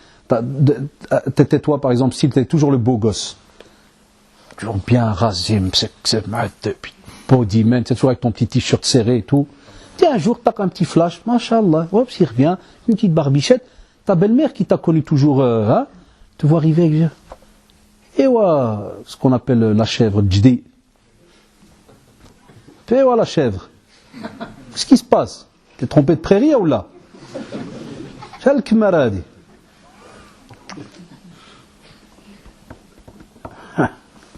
Ça passe pas, hein? Alors, on a balai? Ou bien comme ils font certains jeunes, ils font semblant de rien. Ça, c'est les faux. C'est ceux qui font semblant de rien. Puis quand il va au salon, il dit à sa femme, il dit... Tu vois ta mère, regarde-la pour la dernière fois. Parce qu'on ne revient plus jusqu'à l'année prochaine, jusqu'à l'Aïd. Elle va voir c'est quoi les chèvres. Et Wallahi al-Adim, à l'heure où je vous parle, il y a des jeunes qui ont hlef de ne pas mettre les pieds chez les beaux-parents. Et il y en a qui depuis 10 ans, j'ai un mail, elle supplie, s'il vous plaît, parlez de cela. Ça fait 10 ans que mon mari ne veut pas aller voir mon père parce qu'un jour, il lui a dit un mot de travers. Et elle l'avoue, elle dit mon père était fautif. Il ne veut pas. Alors, c'est quoi ton caractère? Parce qu'il y a des jeunes, encore maintenant, ils sont en face peut-être de nous, qui te disent, moi j'accepte une remarque, celle de mon père et de ma mère. Le reste, wallah, quelqu'un il me parle. Il y en a. Non, tu dois savoir quand tu vas te marier, c'est une famille qui est en face. Et tes beaux-parents sont comme tes parents. Et les beaux-parents, tu as toutes les marques. Un bête exemple, tu peux être un jour tout fier. Tu vas à Ikea, ou je sais pas ce que vous avez comme magasin de meubles, tu achètes une belle petite étagère, tu la mets, ta belle-mère elle rentre, elle fait... C'est quoi cette armoire? C'est de la cave ou là? Tu l'as acheté en brocante. Toi, comme tu es un spécialiste de l'art, tu t'as acheté ce qu'on appelle un modèle Chinchaku spécial, Mohim, et elle te casse en 10 secondes. Et Wallah, on a des jeunes aujourd'hui qui réagissent comme des gamins. Et il commence à faire toute une conférence avec sa belle-mère. Parle pas comme ça, et il fait payer sa femme, et ainsi. Et des sœurs qui font la même chose côté femme. Parce que la belle-mère a fait une remarque à la fille, ou la fille elle rentre à la maison, plus jamais je vais chez ta mère, et je ne sais quoi, et je. Tout ça, Wallah, c'est un manque de maturité et de crainte d'Allah subhanahu wa ta'ala. Laisse parler. Laisse parler. Moi j'ai toujours dit à nos jeunes, une belle-mère ça se mange à la cuillère. C'est un art. Savoir vivre avec sa belle-mère, c'est un art. Et au plus, elle est maouja de la mort, au plus les bénéfices y montent. Ah, quelle belle religion. Allahu Akbar. Wallah, c'est une belle religion. C'est-à-dire, même s'il y a du mal d'un côté, qu'est-ce que tu gagnes toi? Du bien. Au plus ta belle-mère, par exemple, ou ta mère te rabaisse, au plus, subhanallah, l'ajr. Sortez où vous allez trouver quelqu'un qui il reçoit des coups et de l'argent à côté. Il faut vraiment, il va te dire, mais t'es un schizo, vous êtes des malades, vous. Ah, chez nous, en religion, elle te casse, et toi, les hasanats y montent. Allahu Akbar. Toujours gagnant. Même si aux yeux de certains pervers ou qui ne connaissent pas la religion, tu as l'air d'être un perdant, ou ce qu'ils appellent eux un shmata, ou je ne sais quoi, wallahi, tu es gagnant auprès d'Allah subhanahu wa ta'ala. La preuve, quand je dis à certains de mes élèves, quand ils me disent, ouais, monsieur, vous ne savez pas de quoi vous parlez, il y a des belles-mères, Allah, hafad sim.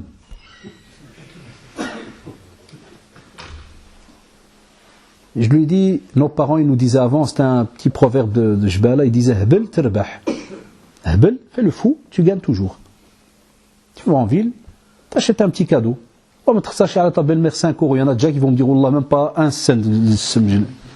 Je leur vois des braqueurs, toi tu me dis, tu vas t'acheter un petit cadeau une fois, 15 fois.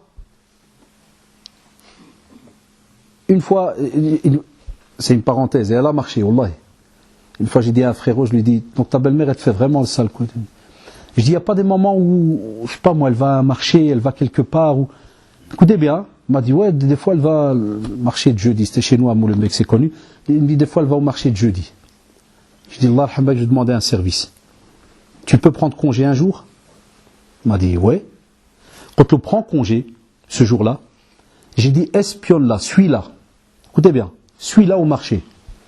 Et tu attends qu'elle est entourée de femmes, et dès que tu viens, tu dis aux femmes, tu ne parles pas à elles. Tu dis aux femmes, salam alaikum, c'est ma belle-mère, wallah, il n'y a pas mieux qu'elle sur terre. Allah yatawlak fil amar, Allah yarhamuk al-walidin. Et tu lui embrasses la tête, et tu pars. Et j'ai dit, et si jamais, t'es pas encore énervé à ce point-là, je dis, prends avec toi un petit cadeau, un morceau de tissu, et celui-là, et au moment où tu lui dis ça, tu lui remets le tissu, tu dis, Khalti, comme tu es une nouara, c'est une belle fleur. Une belle fleur, elle a besoin de ce genre de tissu. Il m'a regardé, faut avouer, 2-3 semaines réticent, il voulait pas. Un jour, il vient au bureau, mais éclatage de rire. Fou rire, m'skin. Et je dis, qu'est-ce qui se passe? Il me dit, je l'ai roué. Comment tu as roué? Il me dit, wallah, c'est la plus grande des copines maintenant. Et même, elle m'a dit, il y a moyen que tu prends congé, donc le jeudi, viens des fois avec moi le souk, ou viens, cadeau, viens. Khalim, non, je regrette. Je dis, wallah, ya shabab, c'est un être humain. Il y a un vécu. Des fois, vous savez, je vais vous donner une bête anecdote et je termine. Vous savez que des fois, il y a des belles-mères ou des beaux-pères qui sont jaloux de voir la belle relation qu'a leur fille et leur beau-fils parce qu'elle n'a jamais eu cette relation. C'est pour ça que j'ai souvent conseillé nos jeunes de jamais montrer certains, ça reste un conseil, hein, c'est attention, chacun y teste. Je les ai toujours conseillé, ne montrez jamais de très grands signes d'affection et d'amour devant les parents. Mais comprenez-moi bien, lesquels? Par exemple, il y a des fois des frérots, c'est déjà arrivé quand je fais des médiations avec les parents, ou là les beaux-parents, des fois je sors les jeunes, puis le beau-père ou là la belle-mère qui râle, elle me dit « Ewa, aïqa ». Chaque fois, elle parle de son fils. Chaque fois qu'il vient avec sa femme, tous les 2 secondes, il est là. Ah, tu veux boire, Fatima, quelque chose? Fatima, je t'apporte. Fatima, tu veux pas un biscuit? T'es sûr? Tu veux pas de... Tout va bien. Je vous montre le chauffage. Je diminue. Alors que le hajja, quand le mari rentre, et voilà le hajja. Vous connaissez la suite. Par exemple. Wallah, donc, Mskina, qu'est-ce qui se passe à l'intérieur? Qu'est-ce qui se passe? Le shaitan, il vient et lui dit, chauffe. Hadous des petits hnanish, là, des petits gamins. Regarde, mashallah, elle est comme une princesse. Et toi, tu as rabbé, tu as 70 ans, et pas une fois, il t'a dit, viens, je t'allais le chauffage ou je diminue le chauffage. Donc, wallah, alors, shaitan qui sha'al. Wallah, Satan, vous savez comme m'a dit le prophète, il circule encore plus vite que la circulation sanguine dans le corps. Et il allume. Alors, je conclus. Voilà cette maturité que tu as. As-tu étudié tous ces sujets-là? C'est pour ça que des fois, j'ai remarqué, c'est une parenthèse, qu'il arrive que certains donnent des formations pour les couples. Bon, ils ont leur manière. Et c'est vrai que des fois, certains critiquent. Des fois, c'est des critiques fondées. Sur le khallota, kadamou, c'est un autre sujet. Mais par exemple, l'idée, il faut être honnête, l'idée, elle est importante. Il faudrait que normalement, certains, quand il y a une mosquée ou un comité de jeunes, il faudrait que certains anciens, des fois, préviennent et disent, mettez un simple papier. S'il y a des jeunes qui veulent se marier, Inch'Allah, on fait une assise, par exemple, tous les lundis, pendant une petite demi-heure, et on conseille, on échange. Voilà, ça, c'est ce qu'on appelle une mosquée vivante. Ça, c'est ce qu'on appelle des frères vivants, des sœurs vivantes, et qui, mashallah, des sœurs qui sont vivantes, et qui changent un petit peu les idées, les conseils, chacun y donne un avis. Parce que les shabab se lancer dans un mariage, c'est un rêve, mais il y a une certaine réalité. Il n'y a pas le choix, il y a une manière de vivre, il y a une manière de fonctionner. Il y a tirer la corde, et puis des fois, il faut lâcher un petit peu. Il y a de tout, vous allez voir, wallahi, il y a de tout. Que celui qui croit qu'il va rentrer dans un couple en disant je vais l'arabber, je vais l'éduquer, je vais lui faire, ou que la femme elle dit je vais lui couper les cornes ou je vais lui faire, celui-là, wallah, il est parti dans du vide parce que ce n'est pas de la religion. Wallah, ce n'est pas de la religion, Shabab. Fallah, tous ces exemples qu'on vous a donnés, Inch'Allah, essayez un petit peu de les faire travailler dans votre tête. Ceux qui sont mariés, il y a sûrement des choses qu'ils ont entendues, que c'est vrai, que des fois on délaisse, on ne fait pas attention. Ceux qui ne le sont pas, s'ils sont, mashallah, au top, tabarakallah alaikum, continuez. Et si jamais il y a des sujets qui vous sentez vous-même que vous ne les avez pas dans votre caractère, essayez, l'ard alikum, de changer, parce que c'est une amana. Quand un frère, il prend une sœur, c'est parce qu'il y a une parole qui a donné cet impact, où Allah subhanahu wa ta'ala est le premier témoin. Tu n'es pas censé la torturer, la maltraiter ou la dégoûter de la vie. La même phrase que je dirais aussi, le même conseil que je donnerai aussi aux sœurs. Quand le frère t'a choisi et a accepté de vivre avec toi, c'est parce qu'il a vu, alhamdoulilah, du bien, et il s'est dit qu'Inch'Allah, il va continuer à s'épanouir et à pratiquer sa religion et à continuer dans sa religion. La même chose. Donc il ne faut pas que tu lui pourris la vie, ou que tu le maltraites ou quoi que ce soit. Et alhamdoulilah, il y a encore bien d'autres conférences sur comment fonctionner dans le couple, comment acquérir les faveurs de l'époux, les faveurs de l'épouse. Ça, je vous pousse. Alhamdoulilah, j'ai 2-3 conférences qui sont depuis déjà quasi une dizaine d'années sur le marché par rapport spécialement donc à ces sujets-là. Fajazakumullah shabab pour votre écoute et Inch'Allah, comme à notre habitude, on va un peu voir le côté pratique. Je ne sais pas si vous avez apporté les questions des sœurs, parce qu'ici il y a que 2-3, s'il y a que ça c'est impeccable, mais sinon je ne sais pas si les sœurs ils ont apporté leurs questions. Donc s'il y a quelqu'un, Taïb, les frères, il n'y a pas de questions, Inch'Allah, comme ça on clôture. Vous savez, comme ça je sais le temps que je donne alors pour chaque papier, Inch'Allah. Parce que quand il y en a plus, on diminue, mais quand, alhamdoulilah, il n'y a que quelques-uns, on s'est donné de notre temps, Inch'Allah. C'est à quelle heure le Maghreb? Dans une. Donc, Masha'Allah, aujourd'hui, on va vous lâcher plus tôt que possible, Masha'Allah. Plus tôt que d'habitude, on va dire. Voilà. Vous allez voir la réalité maintenant. Une sœur dit, que pensez-vous d'un mari qui passe plus de temps sur le net qu'avec sa femme? Voilà les réalités, Shabab. Voilà pourquoi j'aime bien les questions-réponses. Et que personne ne me dise, c'est encore une sœur qui est mftouna, qui a des problèmes. Non, c'est la réalité. On a 2 styles de... Écoutez-moi bien. Cette question, il y a les jeunes, il y a les hommes qui sont en face de moi. Il y a moyen d'avoir la même côté homme. Parce qu'il y a aussi des sœurs qui ont cette maladie. Internet. On a 2 styles. Et même avec ces 2 styles, on ne sort pas des problèmes. On a certains qui sont sur le net, et masha'Allah, c'est du religieux. Mais ils ne comprennent pas qu'il faut un juste milieu.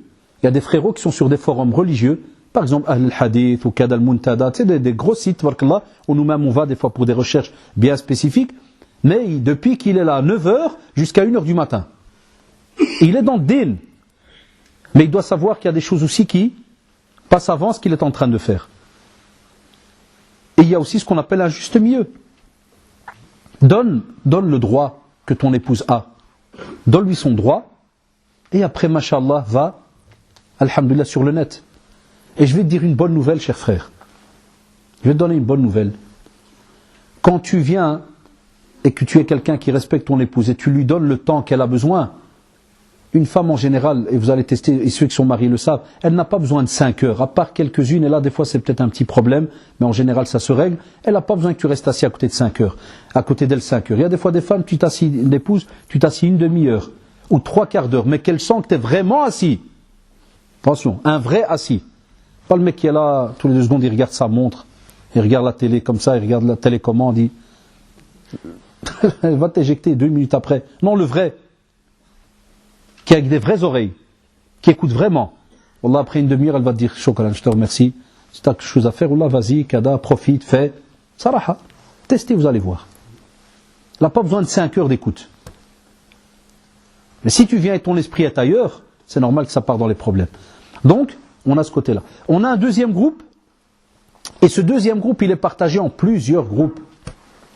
On en a qui sont sur le net,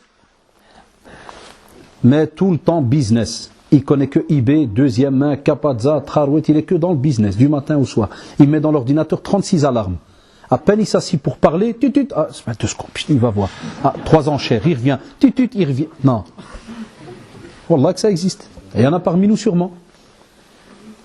C'est pas une vie de couple.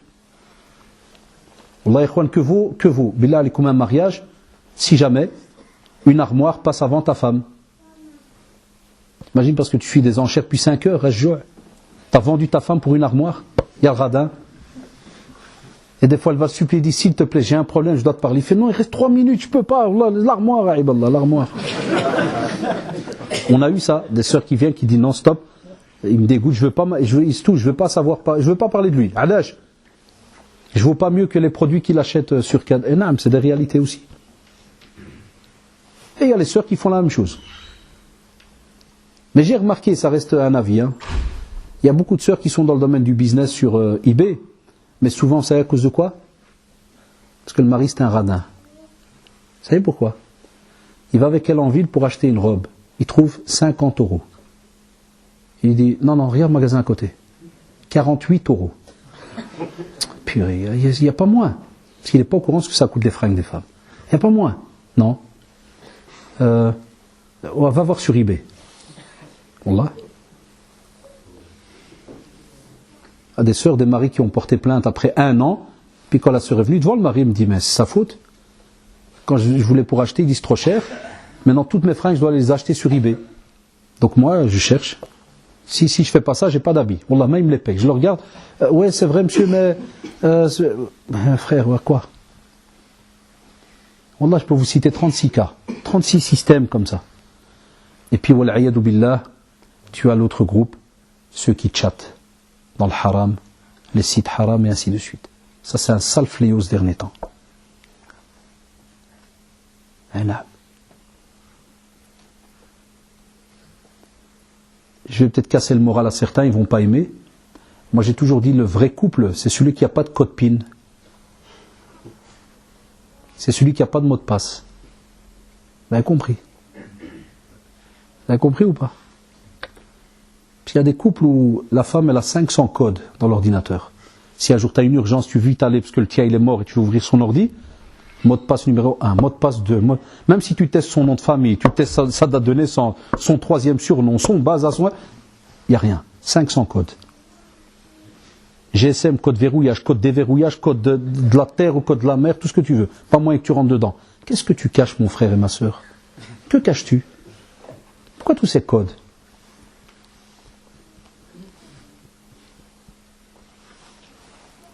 Où est la carte de banque? Donne-moi 5 minutes. Alors 5 minutes pour sortir une carte de banque. Elle est où? Et le type il disparaît dans la maison. Le million. Disparaît. Il disparaît. Non, ça c'est un troisième groupe qui a certaines choses à se reprocher peut-être. Ou bien, parmi les choses qu'il peut se reprocher, aucune confiance vis-à-vis de l'autre. Et il y a les couples musulmans. C'est vrai ou pas, Shabab? Donc cette sœur a raison. Moi je demande à cette sœur, quand c'est comme ça, qu'elle fasse d'abord une première médiation privée entre elle et lui. Qu'elle lui parle. En lui disant, s'il te plaît, un juste milieu. Et qu'elle soit, écoutez bien, chère sœur, ayez le courage de lui dire, parce qu'attention, des fois il y a des frérots qui passent du temps devant Internet, parce qu'en vérité, certains, il n'y en a pas beaucoup, mais j'en ai déjà eu, c'est parce que son épouse, à cause de plein de disputes entre eux, elle ne lui plaît plus et il préfère alors, entre guillemets, faire échapper son esprit, comment?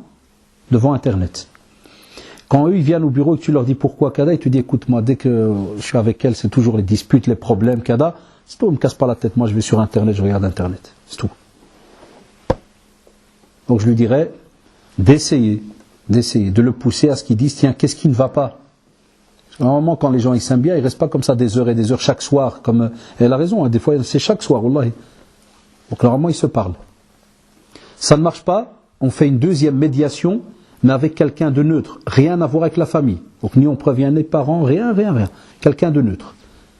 Pas un frère connu dans la mosquée ou un imam ou autre. C'est pour ça que je dis toujours, mais bon, c'est comme ça. On se répète comme des perroquets, mais c'est la vérité. Chaque mosquée doit avoir une écoute sociale. Voilà, une sœur et un frère. Même 1 heure par semaine s'il faut. Wallahi. Les shabab avant, on s'arrangeait avec notre cerveau tout seul. Ça a fait des dégâts. Vous avez remarqué ce que ça a donné. Maintenant, on doit parler avec les autres. Il y a besoin de conseils. Chez qui vont les gens? On l'a vu au centre. Quand j'ai arrêté de travailler au centre, j'étais à l'enseignement. Voilà. Les gens, ils te disent, frère Mustafa Kastid, que vous connaissez, Jazaoullah, il est un peu comme moi, la santé. Vous savez, toujours les mêmes qu'on éclate là, la santé. Hein. Donc il ne reçoit qu'une petite heure, et encore, donc c'est il y a 2 mois, donc je l'ai vu hier, il m'a dit, il ne reçoit plus les couples. Parce qu'après 10, 12, 13 ans de service, ton cerveau, il éclate, parce que les autres mosquées ne le font pas. Alors, même quand je donne cette solution, les jeunes nous disent, mais je vais chez qui? C'est la vérité ou pas? Je vais chez qui? Qui a une écoute maintenant dans les mosquées?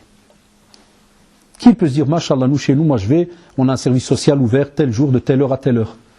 Avec des gens compétents, cadavres, parce qu'il y a de la religion, il y a de la religion. Des fois, c'est pas l'imam qui va répondre ou bien le frère. Il faut quelqu'un qui s'y connaît peut-être dans le domaine psychologique ou autre, parce qu'il y en a qui traînent des maladies depuis des années. Ils ne savent même pas que c'est une maladie.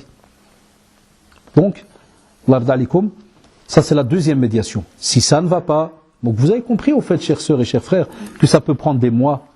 Ne perdez pas comme ça confiance et lâchez pas les bras la première semaine. Après, tu passes à la troisième médiation. Là, tu fais intervenir la famille. Et je te dirai à ce moment-là, dans la famille, 2 étapes. La première étape, il faut bien suivre ce que je dis. La première étape, Quand on a dit hakaman min ahlihi wa hakaman min ahliha, normalement, on était censé parler à des gens, subhanallah, qui sont craintifs d'Allah subhanahu wa ta'ala, et alors on choisit des deux familles, quelqu'un qui va être un hakam, un genre d'arbitre, mais qui doit être neutre. Quelqu'un de neutre. Il ne va pas prendre position pour l'un ou pour l'autre. Et à ce moment-là, on explique la situation. Et on teste les conseils qu'on va nous donner. Après, ya shabab, si jamais ça ne donne rien, on passe aux parents. Mais c'est dommage, parce que dès qu'on arrive aux parents, ça veut dire quoi? C'est qu'il se peut qu'on va vers le divorce ou la séparation. C'est pour ça que ces derniers temps, on conseille, on vous dit, Allah d'alikum, s'il y a moyen, et peut-être ça peut aider de se séparer, c'est pas un divorce. C'est comme si tu as pris congé. Madame prend congé, elle va chez les parents, bien monsieur prend congé, il retourne chez les parents une petite semaine ou deux. Oh là, il descend au bled, chauffe la famille. Non, pas au bled, parce qu'elle va avoir peur qu'il va aller se remarier là-bas. Non. Je dois donner une autre idée. Pour où est-ce qu'il va aller, Mskin? Il va faire un tour à Valenciennes, par exemple. Hein? J'ai pas d'autre idée. Désolé, les gars, c'est un coin perdu. Hein? Le sud. Non, c'est l'été, mais non, c'est pas bon. Le sud, c'est bien en hiver. C'est les conflits conjugaux en hiver, ça vaut la peine. Parce qu'il ne va pas sortir, il restera contre 4 murs. Hein? Ouais, où est-ce que tu l'envoies? Il va crever gelé, qui va le ramener de là-bas? J'ai eu un petit glaçon pauvre. Ouais, donc normalement, on te dit une petite séparation, c'est pas un divorce. Mais chez nous au centre islamique, c'est des fois un peu les conseils qu'on donne, parce qu'on a peur que ça aille directement au divorce. Donc ça, c'est les quelques conseils par rapport à cette sœur pour cette question-là.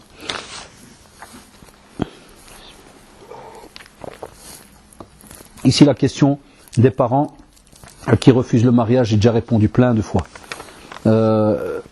Vous réenregistrez les CD ou pas, là, qu'on fait des fois? Pas encore, c'est un peu difficile. Hein? Parce que, subhanallah, il y a des sujets qu'on a déjà fait, où on a répété plusieurs fois cela. Et je verrai, Inch'Allah, avec le frère Mohamed, peut-être pour la rentrée.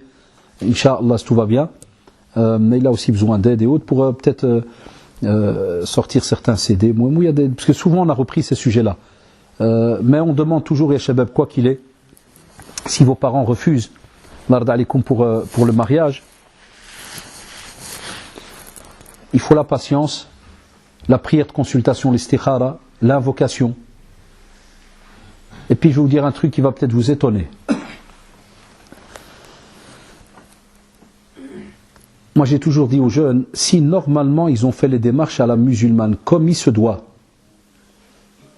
tu n'auras jamais de regrets. Même si ton père il dit non. Eh bien vous allez me comprendre.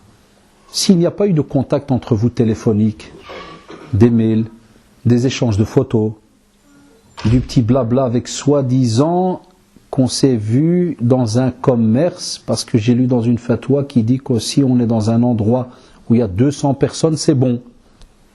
C'est ce qu'on appelle le tharwitage. Joue. Ah, le tharwitage. Qu'est-ce qui se passe à ce moment-là? Le cœur, il s'ouvre. Le cœur, il s'ouvre. Quand le cœur s'ouvre, wallah, c'est une machine de guerre, ya shabab. Pour refaire marche arrière, vous serez étonnés. Les dégâts que ça laisse. C'est pour ça qu'on a des mails de sœurs qui te disent mon père a refusé le mariage et maintenant je mange plus, je dors plus, je dis pourquoi tu dors plus, tu manges plus? D'où tu connais ce type pour que tu manges plus, tu dors plus? Ça a toujours été une question qui a étonné des sœurs quand je l'ai posée. Ou des frères qui me disent j'ai été demandé en mariage et le futur beau-père a refusé. J'ai arrêté la prière, tabarakallah alik. Masha'Allah, masha'Allah. Des fois je lui dis bravo. C'est tout, je mets bravo, puis il renvoie. C'est bien Haddaj? Je dis oui, c'est moi. Ah, vous avez mis bravo? Je dis oui, parce que maintenant que tu as arrêté la prière, Inch'Allah, tu vas te marier, c'est bon. C'est quoi cette bêtise à 2 francs? Si normalement il n'y a pas eu de bricolage entre toi et elle, et que tu arrives à une position où les parents vraiment ils sont contre, on va dire que tu veux Ardad al-Walidin, tu vas agréer donc la demande de tes parents. Normalement, si tu n'as rien vu, tu n'as rien été bricolé ni quoi que ce soit, en quoi ça va t'embêter? Là où je te comprendrais, c'est si les parents l'ont fait une fois, puis une deuxième, ou bien qu'ils t'imposent des choses comme ça. Ça, on sait, en religion, on n'impose pas. D'accord? Donc, il faudrait un peu voir le dossier. Voilà pourquoi on demande justement qu'il y ait une écoute sociale, parce qu'il faut savoir quels sont les tenants et aboutissants. Parce que vous dites par exemple ici, sans raison valable dans la religion. Ben, des fois, il n'y a pas que la religion. Des fois, il y a du racisme. J'ai déjà expliqué. Vous savez très bien que nous, on aime un seul noir. Il n'y a qu'un noir qu'on aime bien. Je vous l'ai déjà dit, c'est qui? C'est Bilal, radiallahu anhu. Ah oui. Ah oui, c'est le seul noir que les Maghrébins, ils aiment. Je taquine, hein. Parce que dès que tu dis Bilal, Masha'Allah, Bilal qui fait le Adhan et tout, Allahu Akbar. Ah, le film Le Messager, oh, Allahu Akbar, Bilal, oh, Bilal. Mais s'il y a un Bilal qui vient toquer à la maison, ah, mon frère, reste dans le film. Reste dans le film. T'étais bien dans le film. T'es sorti. Ah, bande de rascars. Ah, Wallah, des fois on est de ces rascars et on parle du FN et je ne sais quoi. Ah, on donnerait des leçons au FN, Wallah. Wallah, b'koul saraha, Wallah qu'on donnerait des leçons. Moi, dans le même pays, prenez rien que chez nous, le bled au Maroc, et t'as rifi, ils s'approchent pas du djibli. Trop deux virus. S'approche pas. Si un jeune, il va aller khtob parce qu'il est de Casa et il va aller khtob une du fin fond du Rif, The Gangan, vous connaissez Zranran, The Gangan. Inch'Allah, ma tu la prends. Montez tnzel. Il va dire quoi? Casa. Ça c'est des hommes. Et il va te rabaisser à tous les Kazaouis. Kazaouis, tu vas lui dire, j'ai eu ça devant moi au bureau là. Et il m'a dit, je me rif. Quand tu as la montagne, je lui dis, qu'est-ce qu'ils sont, des singes ou là? Ah, des fois ça m'énerve, je dis, qu'est-ce qui se passe? Pourquoi tu me parles de la montagne? Je parle d'un frère Kada ou d'une sœur. Donc, chère sœur, toi tu crois que c'est une simple raison comme ça? Il se peut. Donc je ne peux pas juger tes parents, jamais je le ferai. Et je ne pourrais pas te donner une réponse à 100%, parce que je viens de te donner 2-3 paramètres. Donc il faut un peu essayer de faire entrer, alors là c'est la dernière réponse, il faudrait faire intervenir par exemple quelqu'un, c'est ce qu'on dit nous souvent à Bruxelles, quelqu'un de respecté de la famille. Un oncle, un grand-père. Et après, il est déjà arrivé que des sœurs me disent « Wallahi, cher frère, on a fait intervenir tout le monde, et mon père m'a dit « Tu le prends, barra ». Alors je dis à la sœur deux solutions. Soit tu patientes encore un peu et tu laisses le frère faire le travail avec sa famille qui vient de rencontrer le père, ceci, cela. Soit, ittaqillah, ne bloque pas. Ittaqillah, ne bloque pas avec ça, entre guillemets, ta vie. Comme font certaines sœurs, ils disent, si c'est pas lui, moi je crève, je meurs. Allah, il dit que c'est ça l'aqida d'yalek. C'est ça ta foi, ton rattachement à Allah subhanahu wa ta'ala, kada. Donc de nouveau, si tu as fait les choses dans les règles, et qu'à la fin, il veut pas, à ce moment-là, tu entames une autre démarche. Reste la dernière chose, mais bon, ça, on est en Europe, on n'a pas le choix, on n'a pas comme en Angleterre des tribunaux musulmans. Parce que normalement, s'il y a alors une injustice grave, et que ton père veut absolument te marier à quelqu'un, parce qu'il y a des histoires de business ou je ne sais quoi, bien parce qu'il a de l'argent ou des choses comme ça, on sait que quand il y a un tribunal musulman, le juge enlève la tutelle. Mais l'erreur grave que font certains jeunes ici en Europe, qu'est-ce qu'ils nous disent par mail? Salam alaikum, mon père ne veut pas me marier, est-ce que j'ai le droit de prendre mon cousin comme tuteur?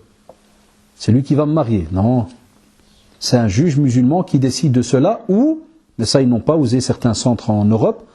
On avait reçu une fatwa à la Mecque de Rabitat al-Alam al-Islam, la Ligue du monde islamique. Ils ont dit que normalement, les centres islamiques dans les pays non musulmans devraient prendre cette responsabilité de donner comme ça un avis religieux. Mais, j'oublierai jamais le cheikh saoudien, il a assisté 2 fois à une bagarre entre, parce que chez nous à Bruxelles il y a beaucoup de Marocains, parce que vous connaissez la Belgique, hein, c'est beaucoup plus marocain, la France beaucoup plus algérien, mais le sang il est le même. La consistance elle est la même, vous inquiétez pas, la chaleur est la même. Il a assisté à 2 bagarres de Marocains au centre islamique. Mais arrêtez chez nous quand on se bat, barkallah. Ah, c'est benniya, c'est comme la prière, le khushu'.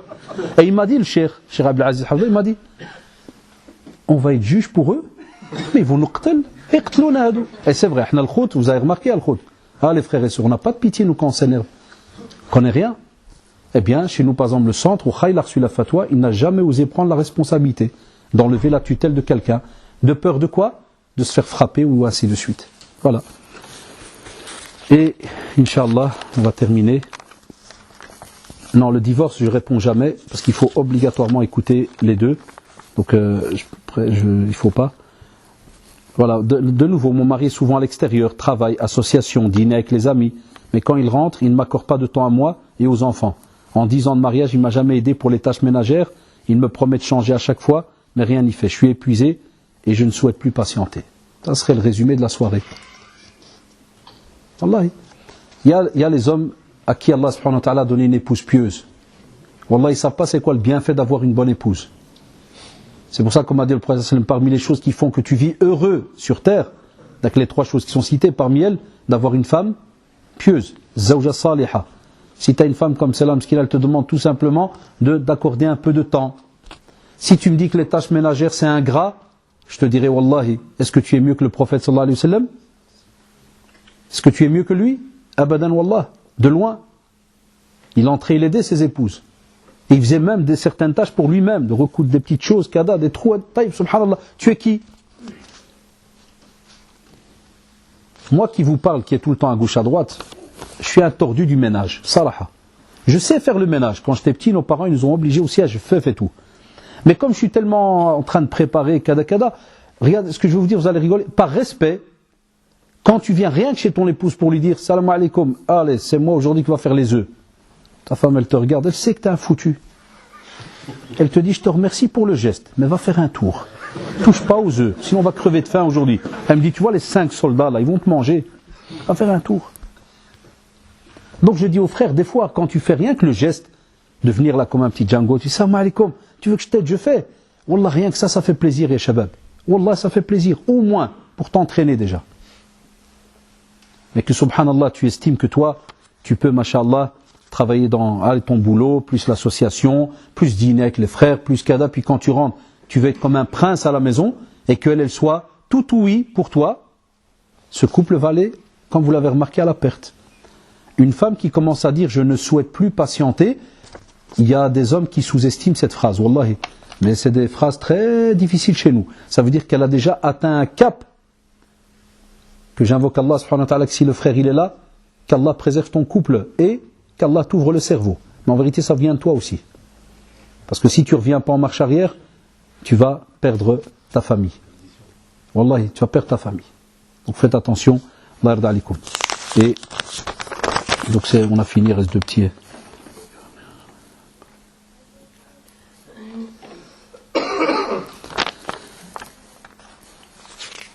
Il y a des questions un peu solides. Bon, on va...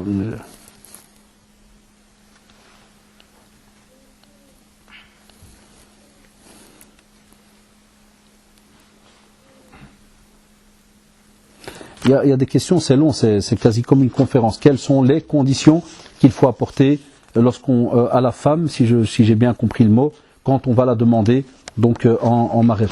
J'ai dit, réécoutez la conférence, le choix du conjoint. Le choix du conjoint. Hein, j'ai expliqué un tas de démarches. Voilà, ce que vous demandez là, c'est toute une conférence parce qu'il y a plein de sujets qui rentrent là-dedans. Plein. Financier, le travail, le ceci, le cela, les entrées, sorties, il y a plein. Donc ça on pourrait peut-être un jour faire allez, de nouveau un rappel là-dessus, mais c'est long. Voilà, la même chose, refuser un prétendant à cause de ses origines. On a fait le tour par rapport. Une autre question, par respect, parce que la personne l'a quand même posée, et il dit que penser quand l'épouse refuse à son mari donc les rapports intimes, car elle a peur que trop de lavage va causer des torts à ses cheveux. Ça, vous avez compris, Allah alaikum. Ça sent qu'il y a un malaise. Tu sens qu'il y a un petit malaise là quelque part. Quand il y a des questions comme ça, c'est un conseil que je vous donne. Quand il y a des questions un peu compliquées, intimes, ne soyez pas étonnés qu'on ne pourra pas comme ça vous répondre devant tout le monde en donnant tous les détails. Parce qu'il y a des questions des fois qui demandent aussi du respect et autres. Je conseille aux frères qui a cela, soit s'il connaît un frère, mashallah, ici, dans la mosquée par exemple, qui a un certain bagage religieux, qui a de l'expérience, qui connaît, qui lui pose la question pour qu'il lui explique à son aise, ou bien avec les frères de la mosquée Épinette que je connais très bien, en partant de l'Akh Mohammed et les autres frères qui sont avec lui, l'Akh Rabi' et autres. Donc, essaye de voir de ces deux côtés-là, parce qu'il y a trop de choses à dire et c'est pas comme ça maintenant en 5 minutes que je vais rentrer avec toi dans certains détails. Parce que cette question, je peux te sortir une dizaine de points qui peuvent faire que des fois, il y a des refus où toi tu crois que c'est à cause des cheveux, mais en vérité, rien à voir avec les cheveux. Donc c'est très compliqué comme question. D'accord, et Shabab? اللهم أرنا الحق حقا وارزقنا اتباعه وأرنا الباطل باطلا وارزقنا اجتنابه اللهم أرنا الحق حقا وارزقنا اتباعه وأرنا الباطل باطلا وارزقنا اجتنابه اللهم إنك عفو كريم تحب العفو فاعف عنا اللهم إنك عفو كريم تحب العفو فاعف عنا اللهم ألف بين قلوبنا اللهم ألف بين قلوبنا اللهم سدد خطانا اللهم سدد خطانا اللهم وفقنا لما تحبه وترضاه اللهم وفقنا لما تحبه وترضاه ربنا آتنا في الدنيا حسنة وفي الآخرة حسنة وقنا عذاب النار سبحانك اللهم وبحمدك نشهد أن لا إله إلا أنت أستغفرك وأتوب إليك سبحان ربك رب العزة عما يصفون وسلام على المرسلين والحمد لله رب العالمين وجزاكم الله. Et deux choses, la prochaine conférence elle a lieu Inch'Allah à l'entrée, donc je crois, si je ne me trompe pas, ce qu'il y a en juin, là-bas, donc Inch'Allah chez nous habituellement, à l'Épinette. Donc le 14 juin, c'est un vendredi, ça sera aussi comme d'habitude vers 19h, parce que c'est une bonne moyenne. Donc rendez-vous 14 juin, Inch'Allah, donc à 19h, ou Jazakumullah, et je réponds plus aux questions, vous faites l'art d'alikum. Wassalamu alaikum wa rahmatullah.